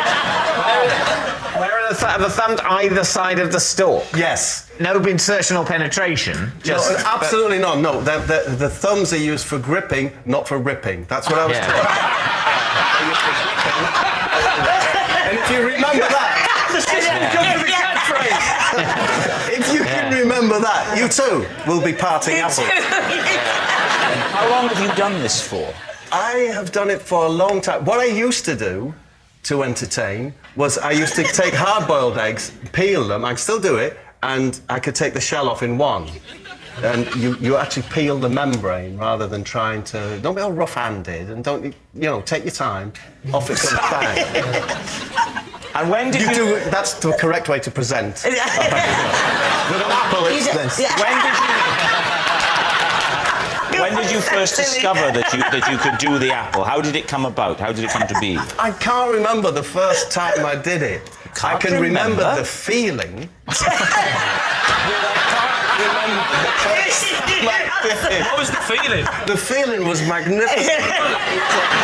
Right, David, is that the truth? I don't think so, but it could be. Can we leave it at that? Yeah, that's fine. OK, on to the next round. No, we can't. I agree with that. I'd love to see him do. I hope it's true, because then they'll make him do it. Yeah. I'd love to see it. Yeah. If it's not true, Make will him they do make it him anyway. try? So what's it going to be?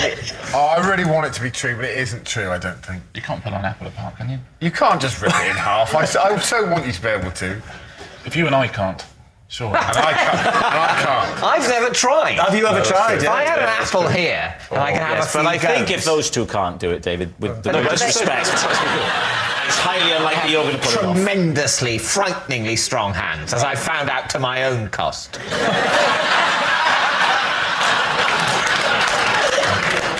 So you think it's a lie, then? I'm afraid I do, Okay, yeah. well, I'll go with the giant. You're going to say it's a lie? All right, saying it's a lie. Bob, were you telling the truth or were you telling a lie?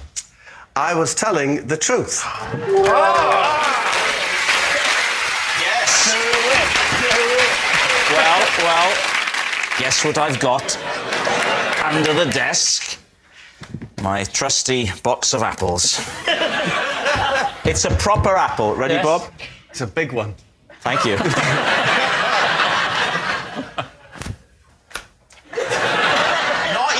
Not you, him. Does your husband play cricket?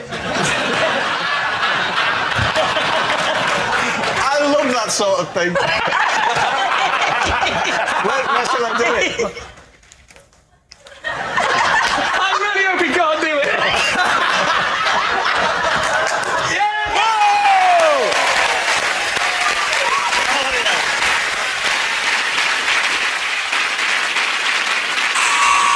And that noise signals time is up. It's the end of the show, and I can reveal that Lee's team have won by 4 points to 1. But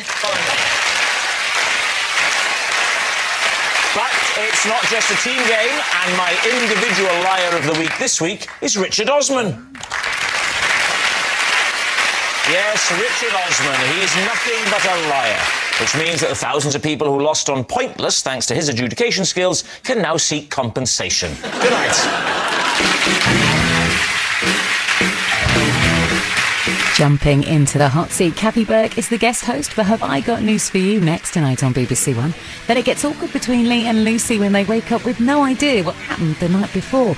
Not going out is at 9:30.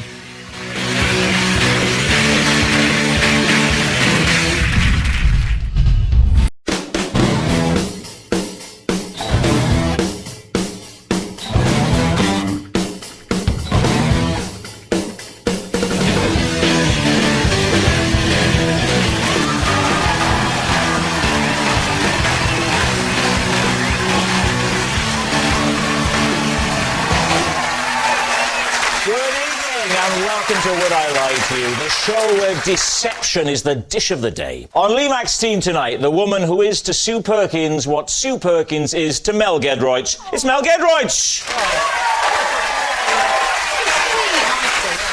And a comedian who's been making people laugh for more than a quarter of a century. To put that in context, when he started, George Michael was straight, the Berlin Wall stood, and David Mitchell's jacket was in fashion. It's Bob Mortimer! Nothing wrong with it. Nothing wrong with it. Nothing wrong with it. And on David Mitchell's team tonight, he's the star of sitcom Citizen Khan, who came last when he appeared on Celebrity Mastermind. It's that disregard for humiliation that makes him perfect for our show. It's Adil Ray! And he's a former member of Westlife who recently spent 3 weeks in the bush. I'm sure there's a joke in there somewhere, but this is a family show, so work it out for yourselves. It's Cian Egan! Of course, with round one, it's Home Truths. This is where our panellists each read out a statement from the card in front of them. Now, to make things harder, they've never seen the card before. They've no idea what they'll be faced with. And it's up to the opposing team to sort the fact from the fiction. Mel is first up tonight. I once licked David Bowie's cake just to be close to him. David. Now, I would have thought that was not a good way of being close to him, but that was a way of being forcibly removed from his presence. So how did licking his cake bring you close to him? Right, so, it was the 1980s. I believe it was the year of the Glass Spider tour. Yeah. I was working as a waitress. In a cocktail bar. Not a Bowie song. I was going to say, I'm sure. I'm no expert, but that's not one of his. That much is true. Right. Thank you. Well, if you were working as a waitress... It wasn't a cocktail bar, it was a cappuccino bar, because it was the 80s. So I was working as a waitress in a cappuccino bar. Hang on, was cappuccino popular in the 80s? Let's get this... Yeah, they came in the 80s, didn't they? They arrived in Port Talbot a week last Thursday. Anyway, I'm not quite good-looking enough / slim enough to be serving at tables. Oh, right. So did they tell you this? Did they say, I'm sorry, love, I'm sorry. No. I can't have you serving the customers, I'm sorry. We're going to have to hide you round the back making the froth. No, pretty much. I was a washer-upper in the aforementioned cappuccino bar. Now, massive excitement one day. I'm in the back doing the washing up. The word is spreading like wildfire. Bowie's in, Bowie's in, Bowie's in. I saw him in profile, sitting How did you see him from at the kitchen? cappuccino bar because I could look Right. through the door. You were allowed. Occasionally. And all the customers went... she was grabbed back in again. Get back in the chocolate sprinkles pit! So, Bowie had ordered, let's imagine, I think it was something like a sort of a hot chocolate fudge slice, please, or something like that. Can we get on to the licking? Let's get on to the licking. It's like Friday night in my house. I thought, I'm not going to get to say hello to him because I'm not allowed to go out front and serve the man. So what can I do just to feel that I have entered him in some way? I mean, just... Yes, that some of your DNA I'm part has of him. been ingested by the great man. What sort of lick? With bearing in mind that this is very much a family show, do the lick for us. Plate, slice, it would have been... I'll just try and get back in the zone. It would have just been a... So it's just a little. That's not what I imagined, actually. I thought you would go up and down it a couple of times. And it was just a little, polite just lick. a touch. It was full of homage and reverence for the great man. And then obviously it went out, and I never saw him again. It wasn't long after that he was hospitalised. All right, David, what are you thinking? Could this be true? Well, it could be true, but you know, she started off as a waitress, then she became, you know, a washer-upper. Yes. I think it sounds so absurd, and she's been so random that I think there's an element of truth to it, personally.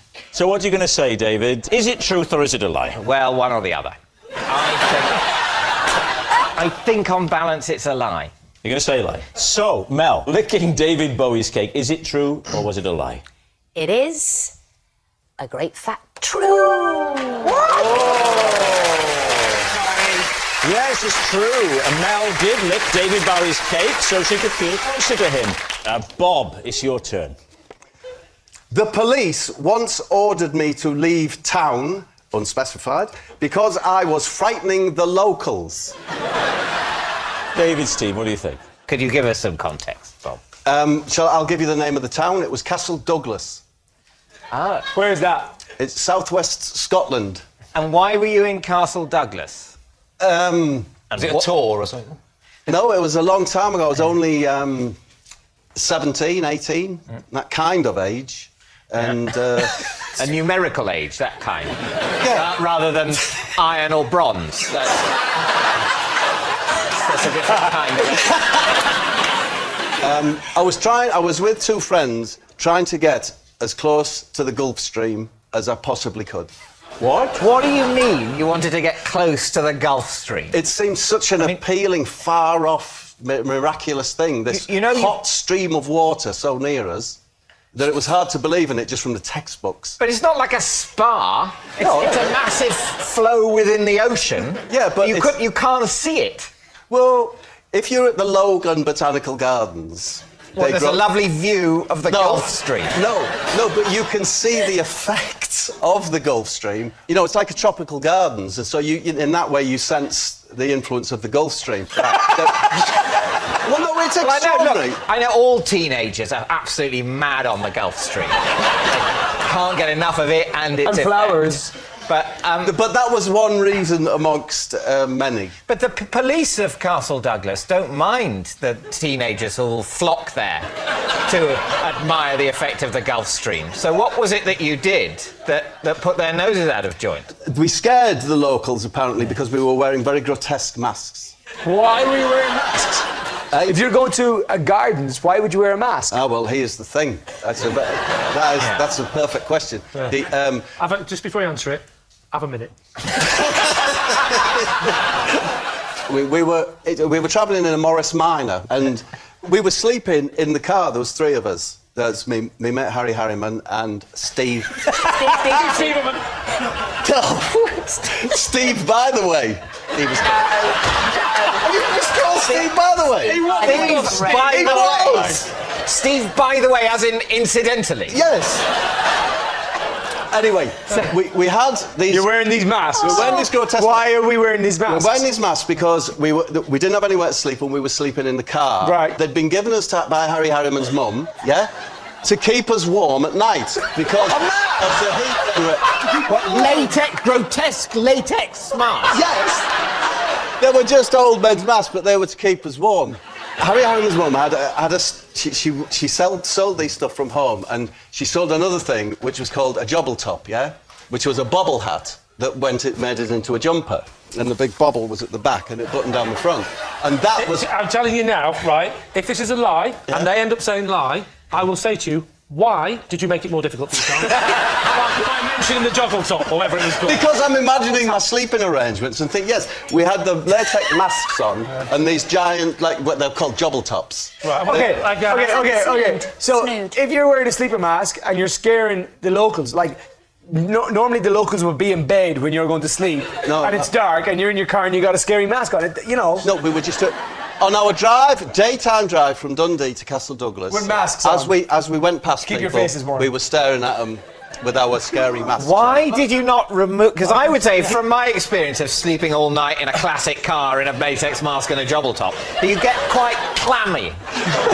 And so in many ways, it's quite a relief to take the latex mask off for the next day's drive. Yes, and not to mention how it helps being able to see where you're going. No, of course, we take the mask off in the morning, but then round about midday, you wanted to put it back on.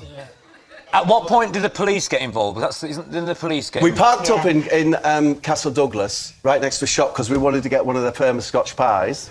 As we came out of the shop, I was grabbed by a policeman, and it was a sergeant, by the way. Sergeant, by the way? So that's how you got away with it, because you said, don't worry, that's my dad. Maybe you It was. I'm a sergeant, by the way. I think Daddy! So the sergeant, by the way, he took me to the police station. And So he arrested you? Yes, taken, put in a room, and then the sergeant and a plainclothes detective came in. Plainclothes detective? Oh, yeah. What? You said CID have now got involved. And then they said, you're going to have to wait here. We've sent for a specialist from Edinburgh. and then, as we sat in, it came in and said, right, what's with the funny faces? They said, what's with the funny faces? So what did you say? Well, we explained what had happened, that we had these funny faces, that we slept in them, and that we're terribly sorry to have caused any offence. So presumably then they released you? Sergeant, by the way, followed us till we were out of the city limits. So that's my story. It's quite a holiday. What do you think? I know what I think. What do you think? I think it's true. You think it's true? Yeah. That's not what I think. Kian, what do you think? I'm going to go untrue. OK, Kian's going untrue. Adil's going true. David? My initial reaction is it's a lie. Let's say it's a lie. You're saying it's a lie? Yeah. Bob Mortimer. Yes? Was that story true? Or was it a lie? It was true.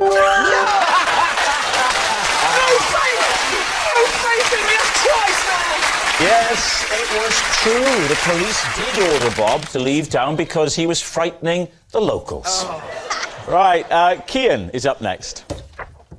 The first time Westlife sang on Top of the Pops, Louis Walsh made sure we stood up from our stools at the right time by hiding in the crowd and waving a banana above his head. Lee's team. What song were you singing?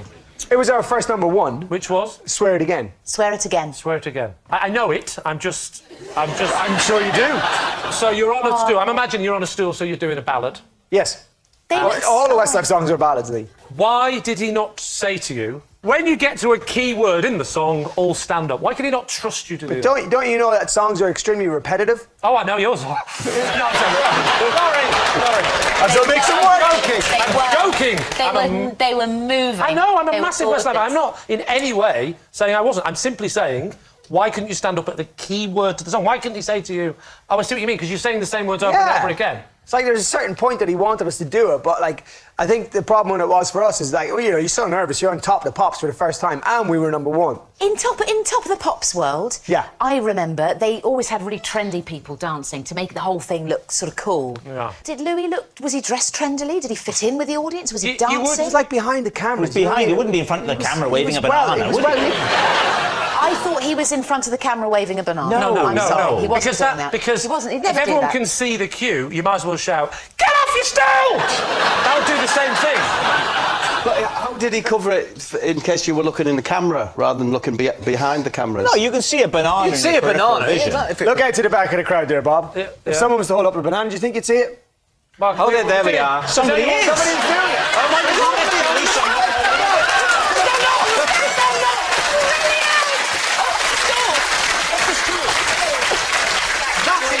That is bizarre.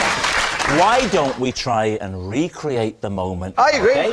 So here's what would happen. The three of you would go out front. Not yet. Oh, out front. And you'd lean. I'm not wearing any trousers.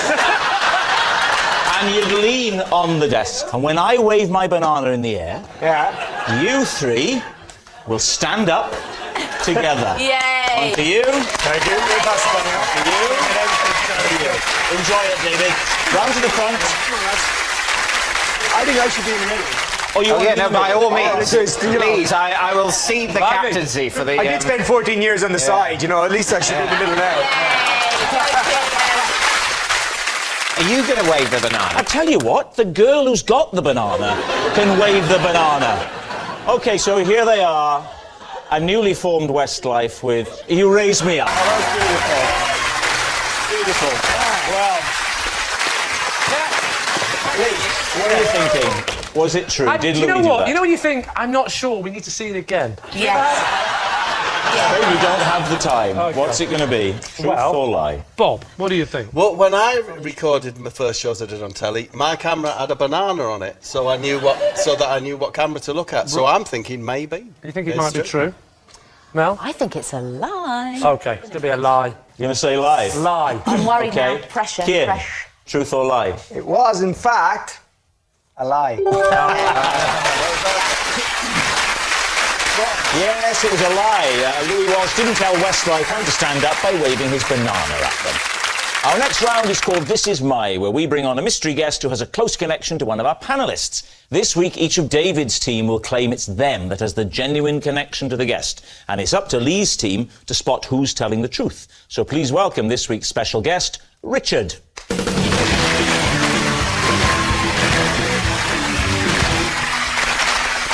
So, Adil, what is Richard to you? This is Richard, and we had to spend an entire holiday hiding from an angry Greek man because we got lost at sea in his boat. OK. Kian, how do you know Richard? I know Richard because basically Richard outbid me at an auction for a waxwork of myself. And finally, David, your relationship with Richard. This is Richard. He recently let me take control of his crusher and destroy a car. So there we are. Adil's boating buddy, Kian's waxwork winner, or David's car crusher. Lee, where do you want to start? Kian. Shoot. What were you doing bidding for your own waxwork? Well, put it this way, you know, in my house back in Ireland, I have a nice room full of, like, trophies and awards and stuff, and my waxwork was pretty decent. I thought, you know, why not? Was it Madame Tussauds? No. What was the waxwork?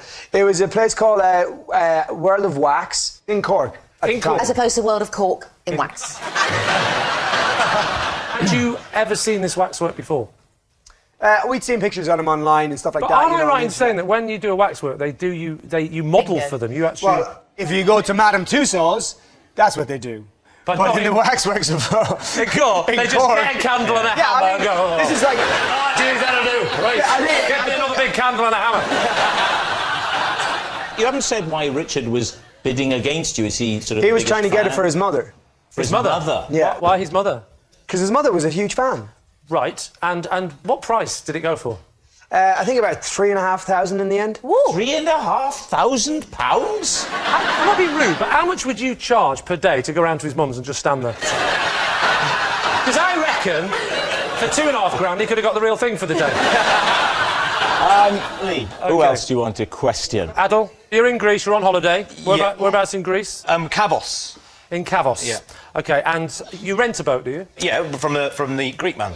Right. Yeah. You go off, just the two of you? No, there's two other guys. Four of you in total? Yeah. What sort of boat was it? A speedboat thing that you go on holiday, you hire these speedboats. Yeah. Well, what went wrong? Well, the Greek man, he told us not to go too far, but being lads, you're on holiday, you have a bit of a laugh, don't you? So we were on the boat and we just went as far as we can. Which is out to sea. Out to sea, past the buoys and all that. What boys? Not boys. So we went out too far and we ran out of petrol. So, yeah. Oh. Yes. So it's me and Richard and these two other guys, and we're on there. Can we have names for the other guys? Can't remember the Scousers. Scousers. Teddy and Barry. We'll just, probably.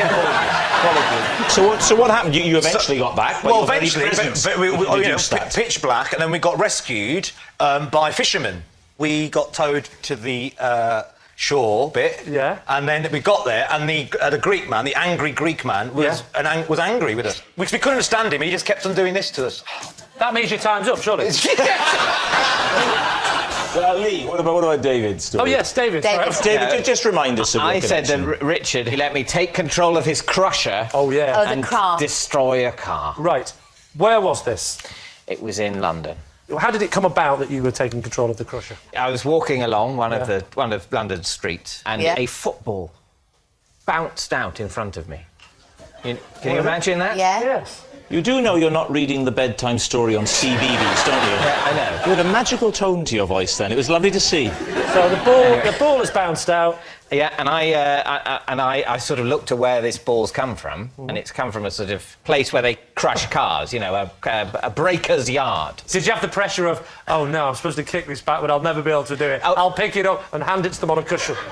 No, I was keen to kick it back. And no, of course not. Yes, I picked it up because I thought I will present it back to them like a vase. Well, the anything not to have to interact with it in a sporty way. Yes. And at this point, Richard was wandering out of the breaker's yard, and I, you know, sort of awkwardly hand him the ball, and he recognises me from television. Oh, big head. Yeah. And him and his friends ask if they can have a photo with me because of my fame. And I think beauty. And so they take a photo, and, you know, all fine. And then he says, would you like a go on the crusher? And the reason he says, would you like a go on the crusher, is he said it would be a good thing to say you'd done on Would I Lie to You? And it occurred to me that he was right. Right. And so he said, and it's very easy. The car got plonked in, and you press the crusher button. And what actually happened? And it's remarkable. Is it just like Jaws? I mean, I don't mean the film. I mean, is it like that? Is that how it works? Yes, exactly. That's an epic moment in your life. I agree. That would be a big thing to be able to say. Yeah. I'd remember it really clearly if it happened to me. I wouldn't even hesitate if I was asked the next question. I'd be able to say it straight away. What kind of car was it? It was a Citroen Picasso. Right. And what colour was it? Green. How did you feel as you crushed There was this something car? about the way you said that, where your lips committed to it before your brain had. So we need an answer here.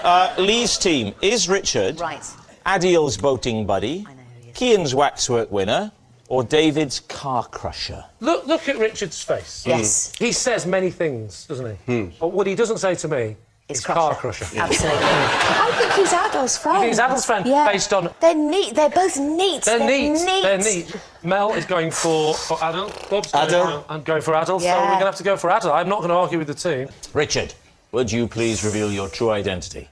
Hi, I'm Richard. Adel and I upset a Greek man when we got lost at sea in his boat. Thank you very much, Richard. Which brings us to our final round, Quickfire Lives, and we start with... It is Lee. When my kids were younger, I designed a special system for remembering which Teletubby was which. David's team.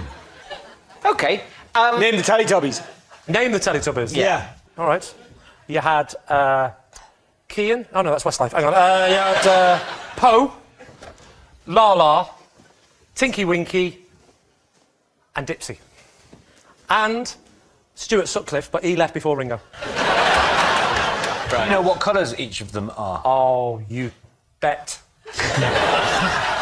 You've got Poe, who is red. Poe is red, OK. Yes. Dipsy isn't. Yeah.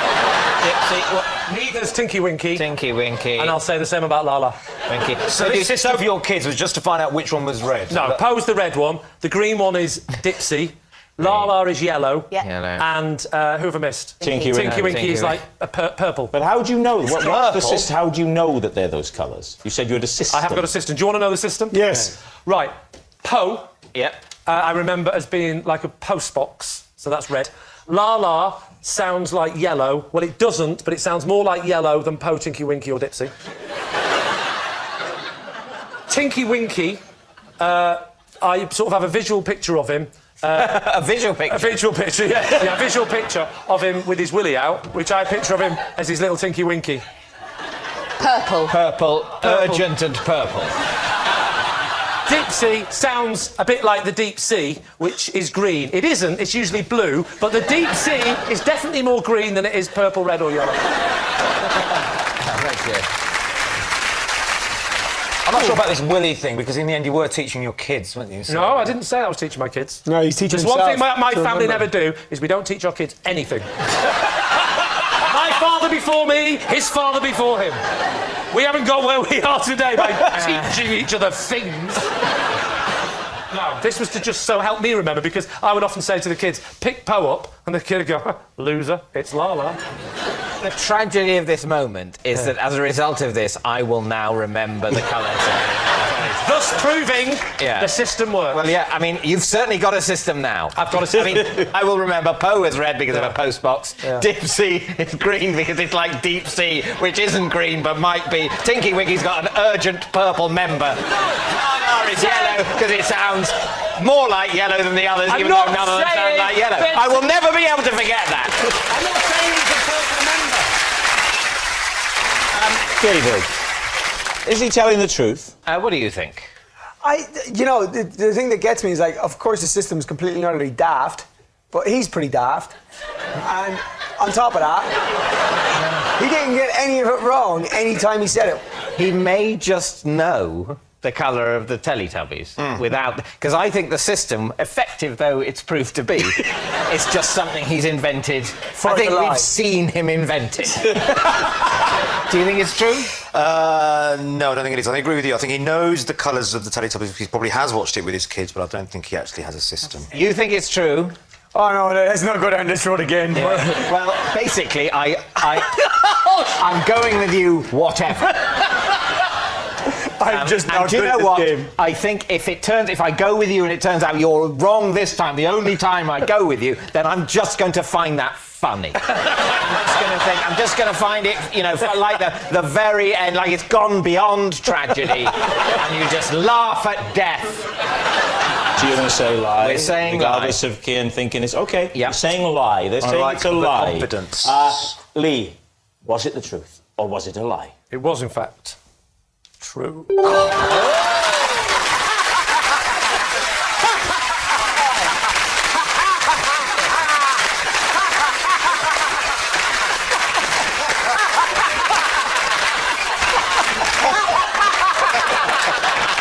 Okay. Calm yourself. I am so merry. And that noise signals time is up. It's the end of the show, and I can reveal that Lee's team have won by 5 points to 0. But it's not just a team game. My individual liar of the week this week is Bob Mortimer. Yes, Bob Mortimer, who is what we call an excellent liar, or what estate agents call a beginner. Good night.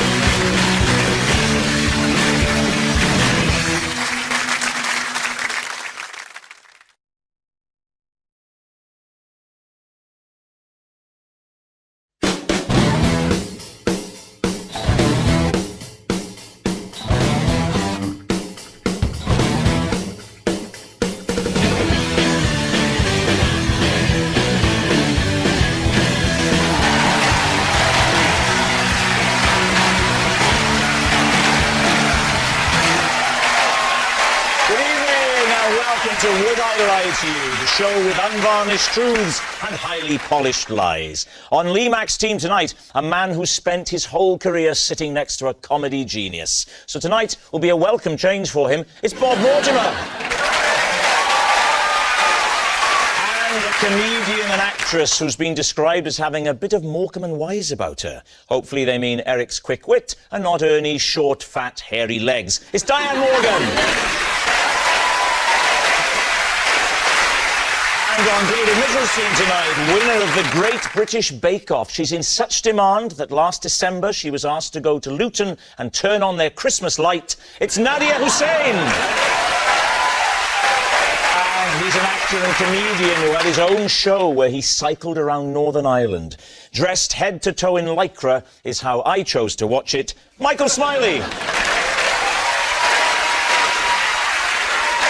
And so we begin with round one, Home Truths, where our panellists each read out a statement from the card in front of them. To make things harder, they've never seen the card before. They've no idea what they'll be faced with. And it's up to the opposing team to sort the fact from the fiction. Michael is first up. Michael, please reveal all. OK. I have developed a technique to help me deal with annoying idiots. Lee, do you want to kick this one off? Well, first of all, who do you find is an annoying idiot? I mean, what type of people? Just, the GP. you know, the general public wind me up from time to time. Okay. And I really want to tell them how I feel. And instead of doing that, I scat. You do what? Whoops. I scat. Can I ask at this point, what is a scat? Do you know what a scat is? Well, it's like a jazz, the old jazz scat. It's your basic jazz rap. So you must make random noises. Can we have a scenario now? Is it That's a very negative view of music, isn't it? Lee. That's jazz, though. Fair enough. So if I'm the doctor, Yeah. what would annoy you if I was a doctor? If you kept me waiting for too long, and then say you come into the reception room, and I thought I was next, right? And I went to get up, and then you picked somebody else. for Right. example. Okay. Well, imagine that scenario. Okay. So I walk in. You think I'm going to see, and I go, Mr. Brydon, we've got the results of your test. And I go, oh, for the when you're in the finish, Pow! It's an STD.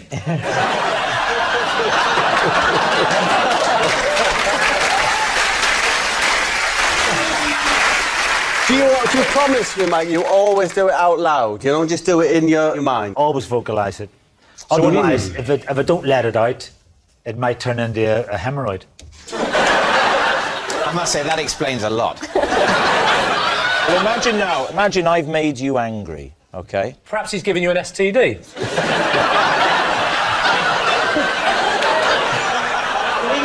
At least have the decency to say I've given it to him via his wife. Watch him now! Go on, jazz scatting, quick! I'm going in.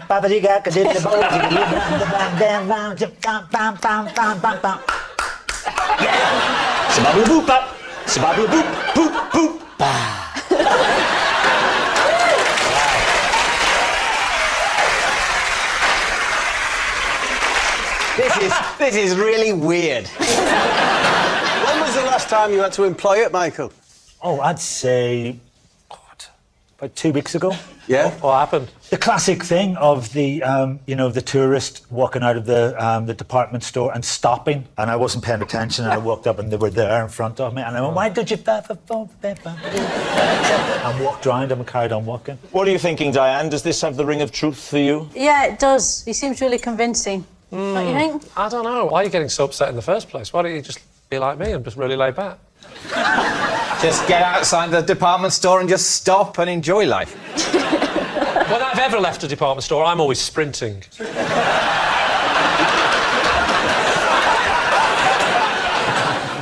Very bizarre behaviour. If you encountered it, you know? You can't spend your life doing that. So, what are you going to say? So we're going to say, you'll say true, you're going to say lie. Yep. I'm going to have to go lie. Can't be true. You say it's a lie. OK, Michael Smiley, was it the truth or was it a lie? Oh, ye have little faith. It is the truth. Yes, it's true. Michael does have a technique to deal with annoying idiots, and it is scatting. Diane, you're next. I once dumped a boyfriend because I didn't like the way he fell down the stairs. David's team. How often had you been pushing him down the stairs? I just hid his wheelchair.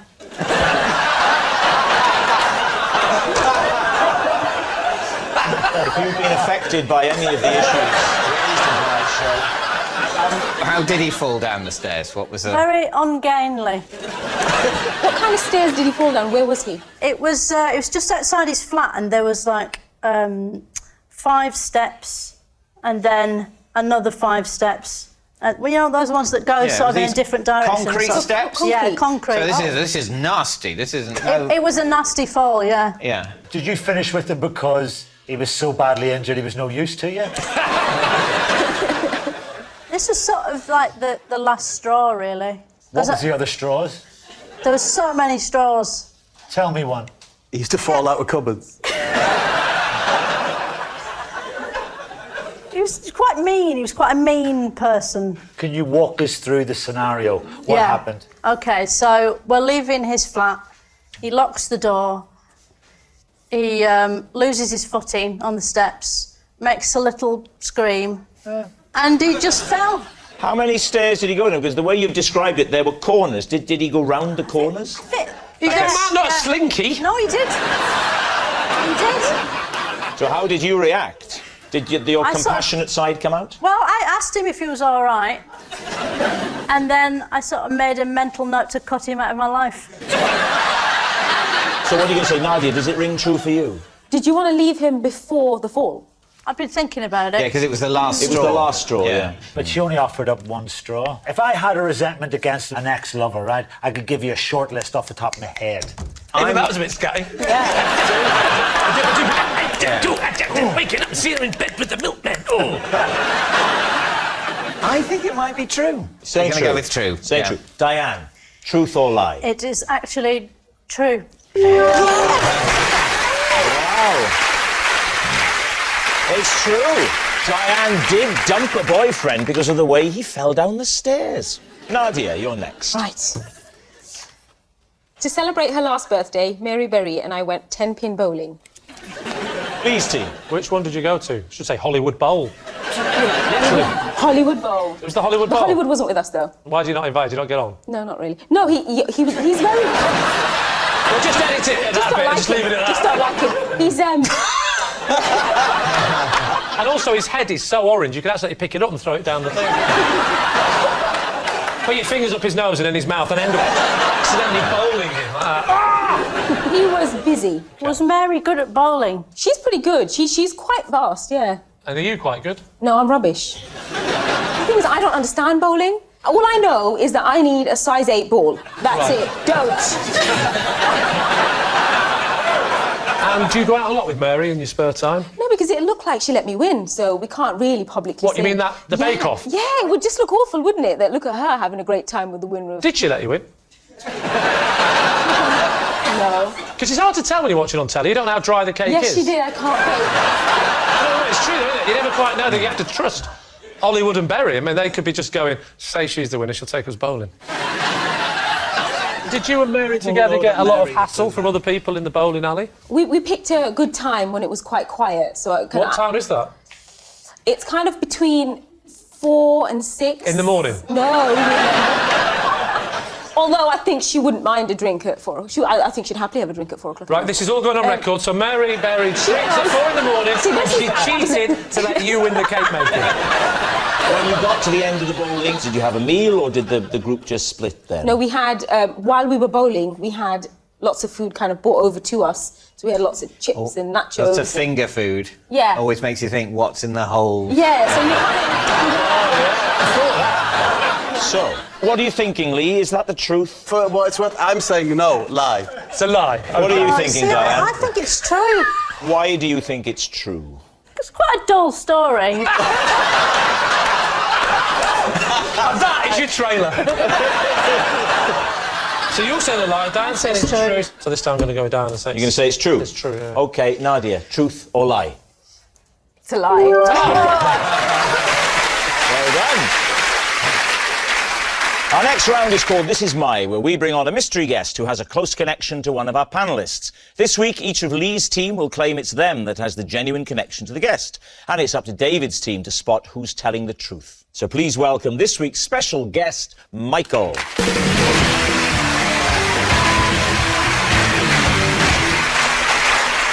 Right, we'll start with Diane. What is Michael to you? This is Michael. I once punched him in the face because I thought he was a ghost. Bob, how do you know Michael? This is Michael, and after cutting his hair, I got a job on a campsite as a hairdresser. And finally, Lee, what's your relationship with Michael? This is Michael. Together, we helped free a donkey that had trapped itself in the cubicle of a seaside toilet. So there we have it. Is Michael Diane's ghostly guy, Bob's campsite client, or Lee's donkey do-gooder? David's team, where would you like to start? Well, Diane, where were you when you mistook Michael for a ghost? I was backstage at the Theatre Royal Bath. And what were you doing there? I was in a play. What happened? You were in the dark, waiting to go on the wings? I was in the wings. In the wings, waiting to go on? And I'd been told a ghost story about this, that the where was Theatre Royal Michael? Bath is haunted. What was the story? well, that the theatre was haunted. They said that about once a week, this ghost, a man with white hair, would float around the theatre. So you heard So that then I'm story. standing in the wings. Uh-huh. I turn round and I see, well, I know it's Michael now, but at the time I thought it was the ghost because of the hair. And I sort of inadvertently punched him. What was he wearing? He went quite dark clothes because he was, you know, working backstage. He looked like he was kneeling on some sort of prop. So he looked like he didn't have any legs. That's what made me think, oh my God, it's the ghost. So he sort of sidled up and knelt on something. Yeah. I have to say, I have slightly less sympathy for Michael now. I realise that what he did is he sort of crept up behind you and knelt there. That is slightly creepy behaviour. Yeah. I did ask him why he was kneeling on the bookcase. Yeah, but I imagine at that point he was also asking you why you hit him. Yeah. Did he answer you? Was he able to say why he was kneeling on there? Yeah. He said there weren't any chairs backstage. All right. Who next? Okay, Bob, you cut Michael's hair, and this was on a campsite. Yeah. How did you come to... Because you're not a hairdresser, are you? I'm a hairdresser, David. You previously worked as a hairdresser, had you? I'm from a family, I'm the youngest of 4 boys.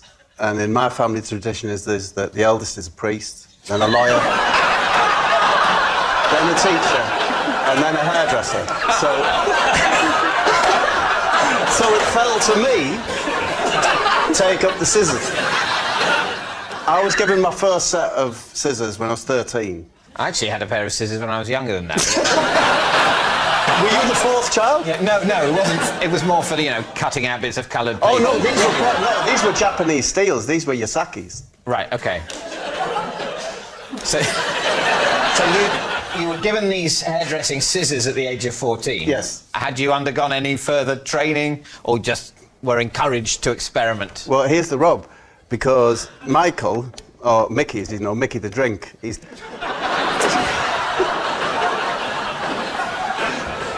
Why is he called Mickey the Drink?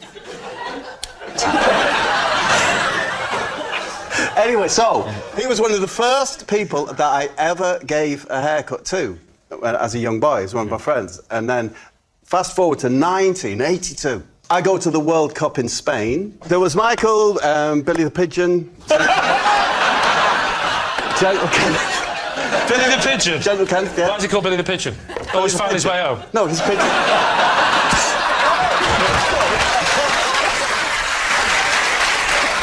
Because he had like a fat chest. We all went to Spain. We were on the campsite for the England fans. I, as always, gave Mickey his haircut. And the one-man army from Nottingham, the Nottingham Forest fan, caused all the trouble out there. He demanded that he had a haircut. What trouble did he cause out there? Well, for example, he rushed to the cafe that we're in and threw a coin like that. Could have damaged anyone. Luckily, it went straight in the slot machine and won the jackpot.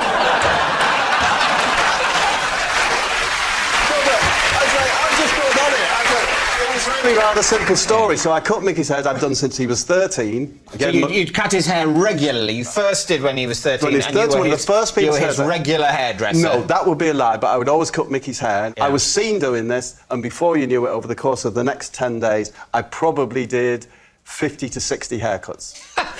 Were you paid for these haircuts? I probably was, but in kind. Right. Oh, because the only thing any of the English fans could say was huevo solo, and that got you an egg sandwich. And I seem to remember that people, because I was cutting hair, it was always in the morning, that someone would bring me, oh, mate, you're busy cutting hair, you have a huevo solo. So you were paid in egg sandwiches? I think maybe I was. And you did 50 haircuts over how many days? I think it was probably 8 days. So you're having 50 egg sandwiches over 8 days? I mean, I'm interested in the haircuts themselves. Yeah. Was there a signature style? It was the early 80s. Were there mullets going on? I mean, what was the look? It was a feathered look. I was expert. It was called, where I'm from, it's called the foffer. You'll probably think of it like Rod Stewart. Oh, it's a lovely look. Layered at the bottom. Yes. Yeah. Do you still cut hair now? Oh, not so much now, Rob. to be honest with you, I can't do the new cuts. What? Did you hear that? I can't do the new cuts. the new cuts. Right, what about Lee and the donkey? So, Lee, tell us your story. I was at the seaside. I went to... Whereabouts? Blackpool. When was this? This was last year, believe it or not. Last year? Only last year since the last series and why it hasn't cropped up so far. Fair enough. On holiday, or were you summer seasoning? Summer seasoning? Doing a summer season? I'm not a juggler. Or were you... They have comedians in Blackpool. Or were you giving a keynote speech at the Conservative Party conference?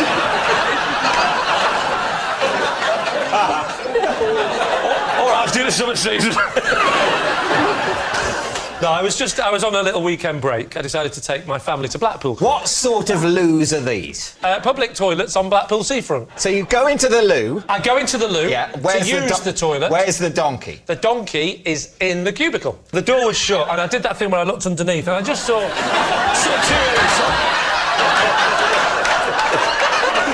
I said, you belong, mate.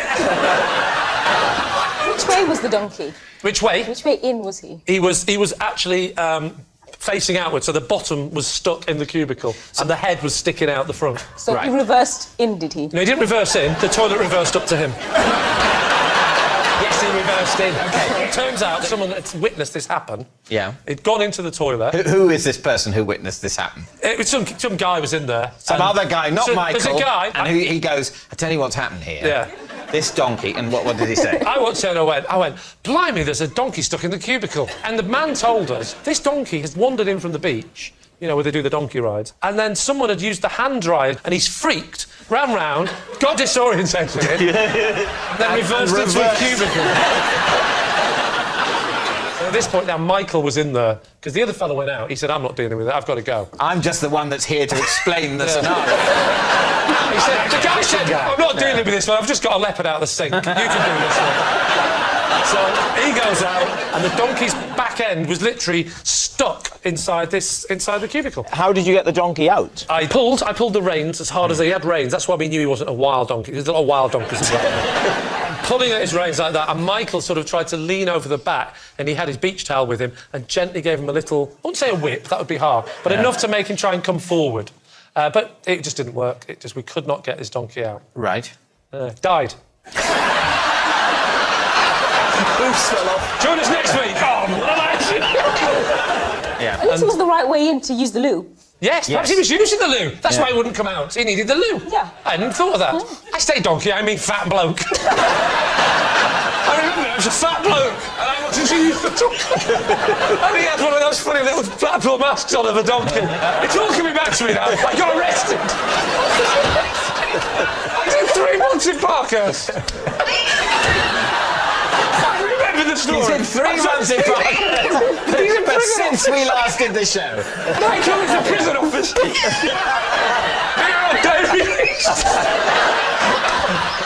So there we are. We need an answer. David's team.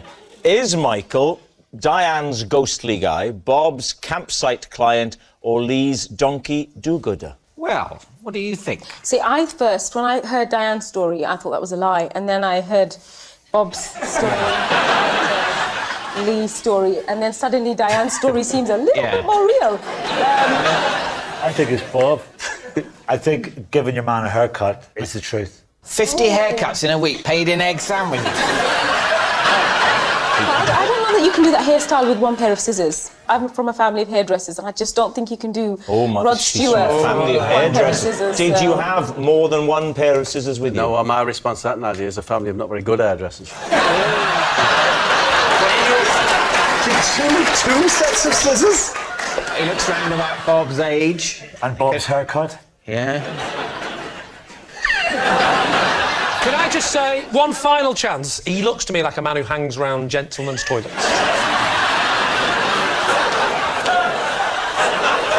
I'm going with Diane. You're going with Diane? We settle it. David's team are saying that it is Diane. Michael, would you please confirm your true identity? My name is Michael, and Bob gave me a haircut and a cancer.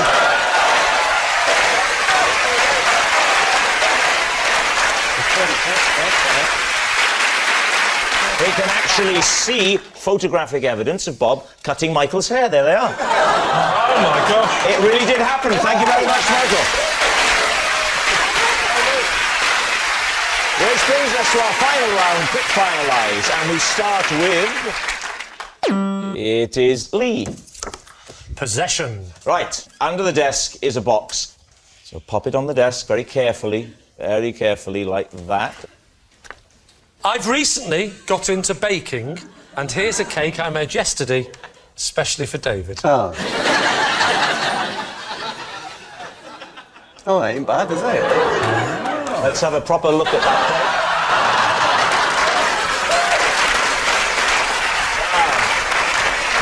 That is uncanny. It's got all of my thousands of teeth.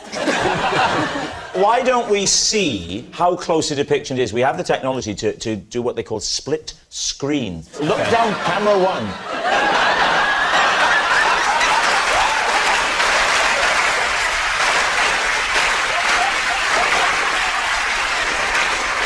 Okay, so talk us through what's gone into making that cake. Well, what do you want to know first? How you made it. OK. Right, first of all, I made the cake bit. Let's call it the cake bit, right? You made the sponge. That's the word. I made the sponge. How do you make a sponge? How don't you make a sponge? Do you make a sponge? Well, let's do how don't you make a sponge.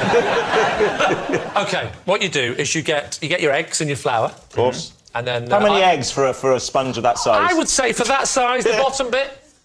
Or the other bit, really, they're the same size. Oh, no, they're not. They're not, David. Your bottom is a lot bigger than your top. For the bottom, I use about... I would say I use about 6 eggs for the bottom. Nadia, 6 eggs for the bottom, yes or no? So 12 eggs altogether? No. Yes. No. I didn't say how I made the top sponge. What temperature did you bake it at? The room was room temperature at the time. I preheated the oven at 180 degrees because it's fan-assisted. So I knocked off 10% for that. Oh, right. Does that sound right, Nadia? Almost convincing. Yeah. Wow. You knocked off 10%. You always do knock off 10% if it's fan-assisted. I'm just going to have a little lick of your moustache, David.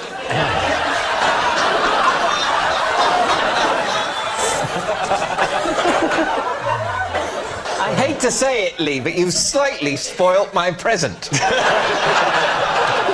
till you eat it and you pass out and wake up in my cellar. So, 6 eggs per sponge. No. 3 eggs per top half and bottom half. OK. All right. How long do you leave that sponge in? I would say, what I tend to do is I don't do it the traditional way of timing it. I keep a good eye on it, and I wait till it's sponge-like and take it out. OK. It takes about, I'd say it took me about half an hour, 40 minutes. I mean, unless you bake, you don't know when you've got a fan-assisted oven. It's difficult, isn't it? You seem to know that bit of, you seem to know that bit of information, which is not everyone knows that. Well, people are stupid. Yeah. Let's go to the centrepiece, the crowning triumph, which is the wonderful visual depiction of David. How did you approach bringing him so vividly to life? Well, talk us through that. Well, I started off. I tried to do you. Here we go. But that came out very bitter. Lee, even though you violated David's face, who would like to try a piece? I'll try some. All right. Now, what flavour is it, just so we know when we taste it? It's a sort of... It's an orangey citrus invention. OK, here we go. Here's the first slice. This is going to Diane. Yes. There you go. And then Bob. How would you describe the flavour, Diane? I won't be insulted. It's very dry. Well, it wasn't dry when I made it last week. David, would you like a slice of your own head? Yeah, Nadia, you be the judge. Listen, don't hold back. I can take it. You can all have this. It looks like cake and it tastes like cake. But it acts like a carpet. It's dry enough for me to believe that you might have made it. What are you thinking, Michael? I think that he's been doing a bit of baking. I think he's made it. I think it's bad enough for him to have baked it. Whoa! And Michael, you also think... Unfair. You also think he did it? I think he did. Yeah, I think maybe... This is cutting your eye. You know, often on this show you say I don't see things from your point of view. Well, let's...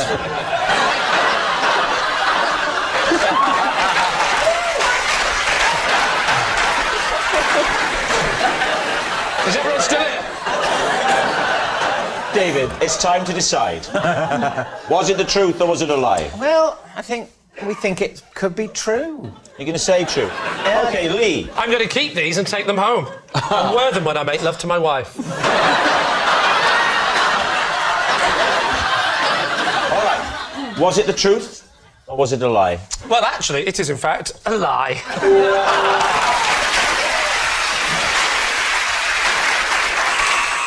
All that noise signals time is up. It's the end of the show, and I can reveal that David's team have won by 3 points to 2. Thanks for watching. Good night.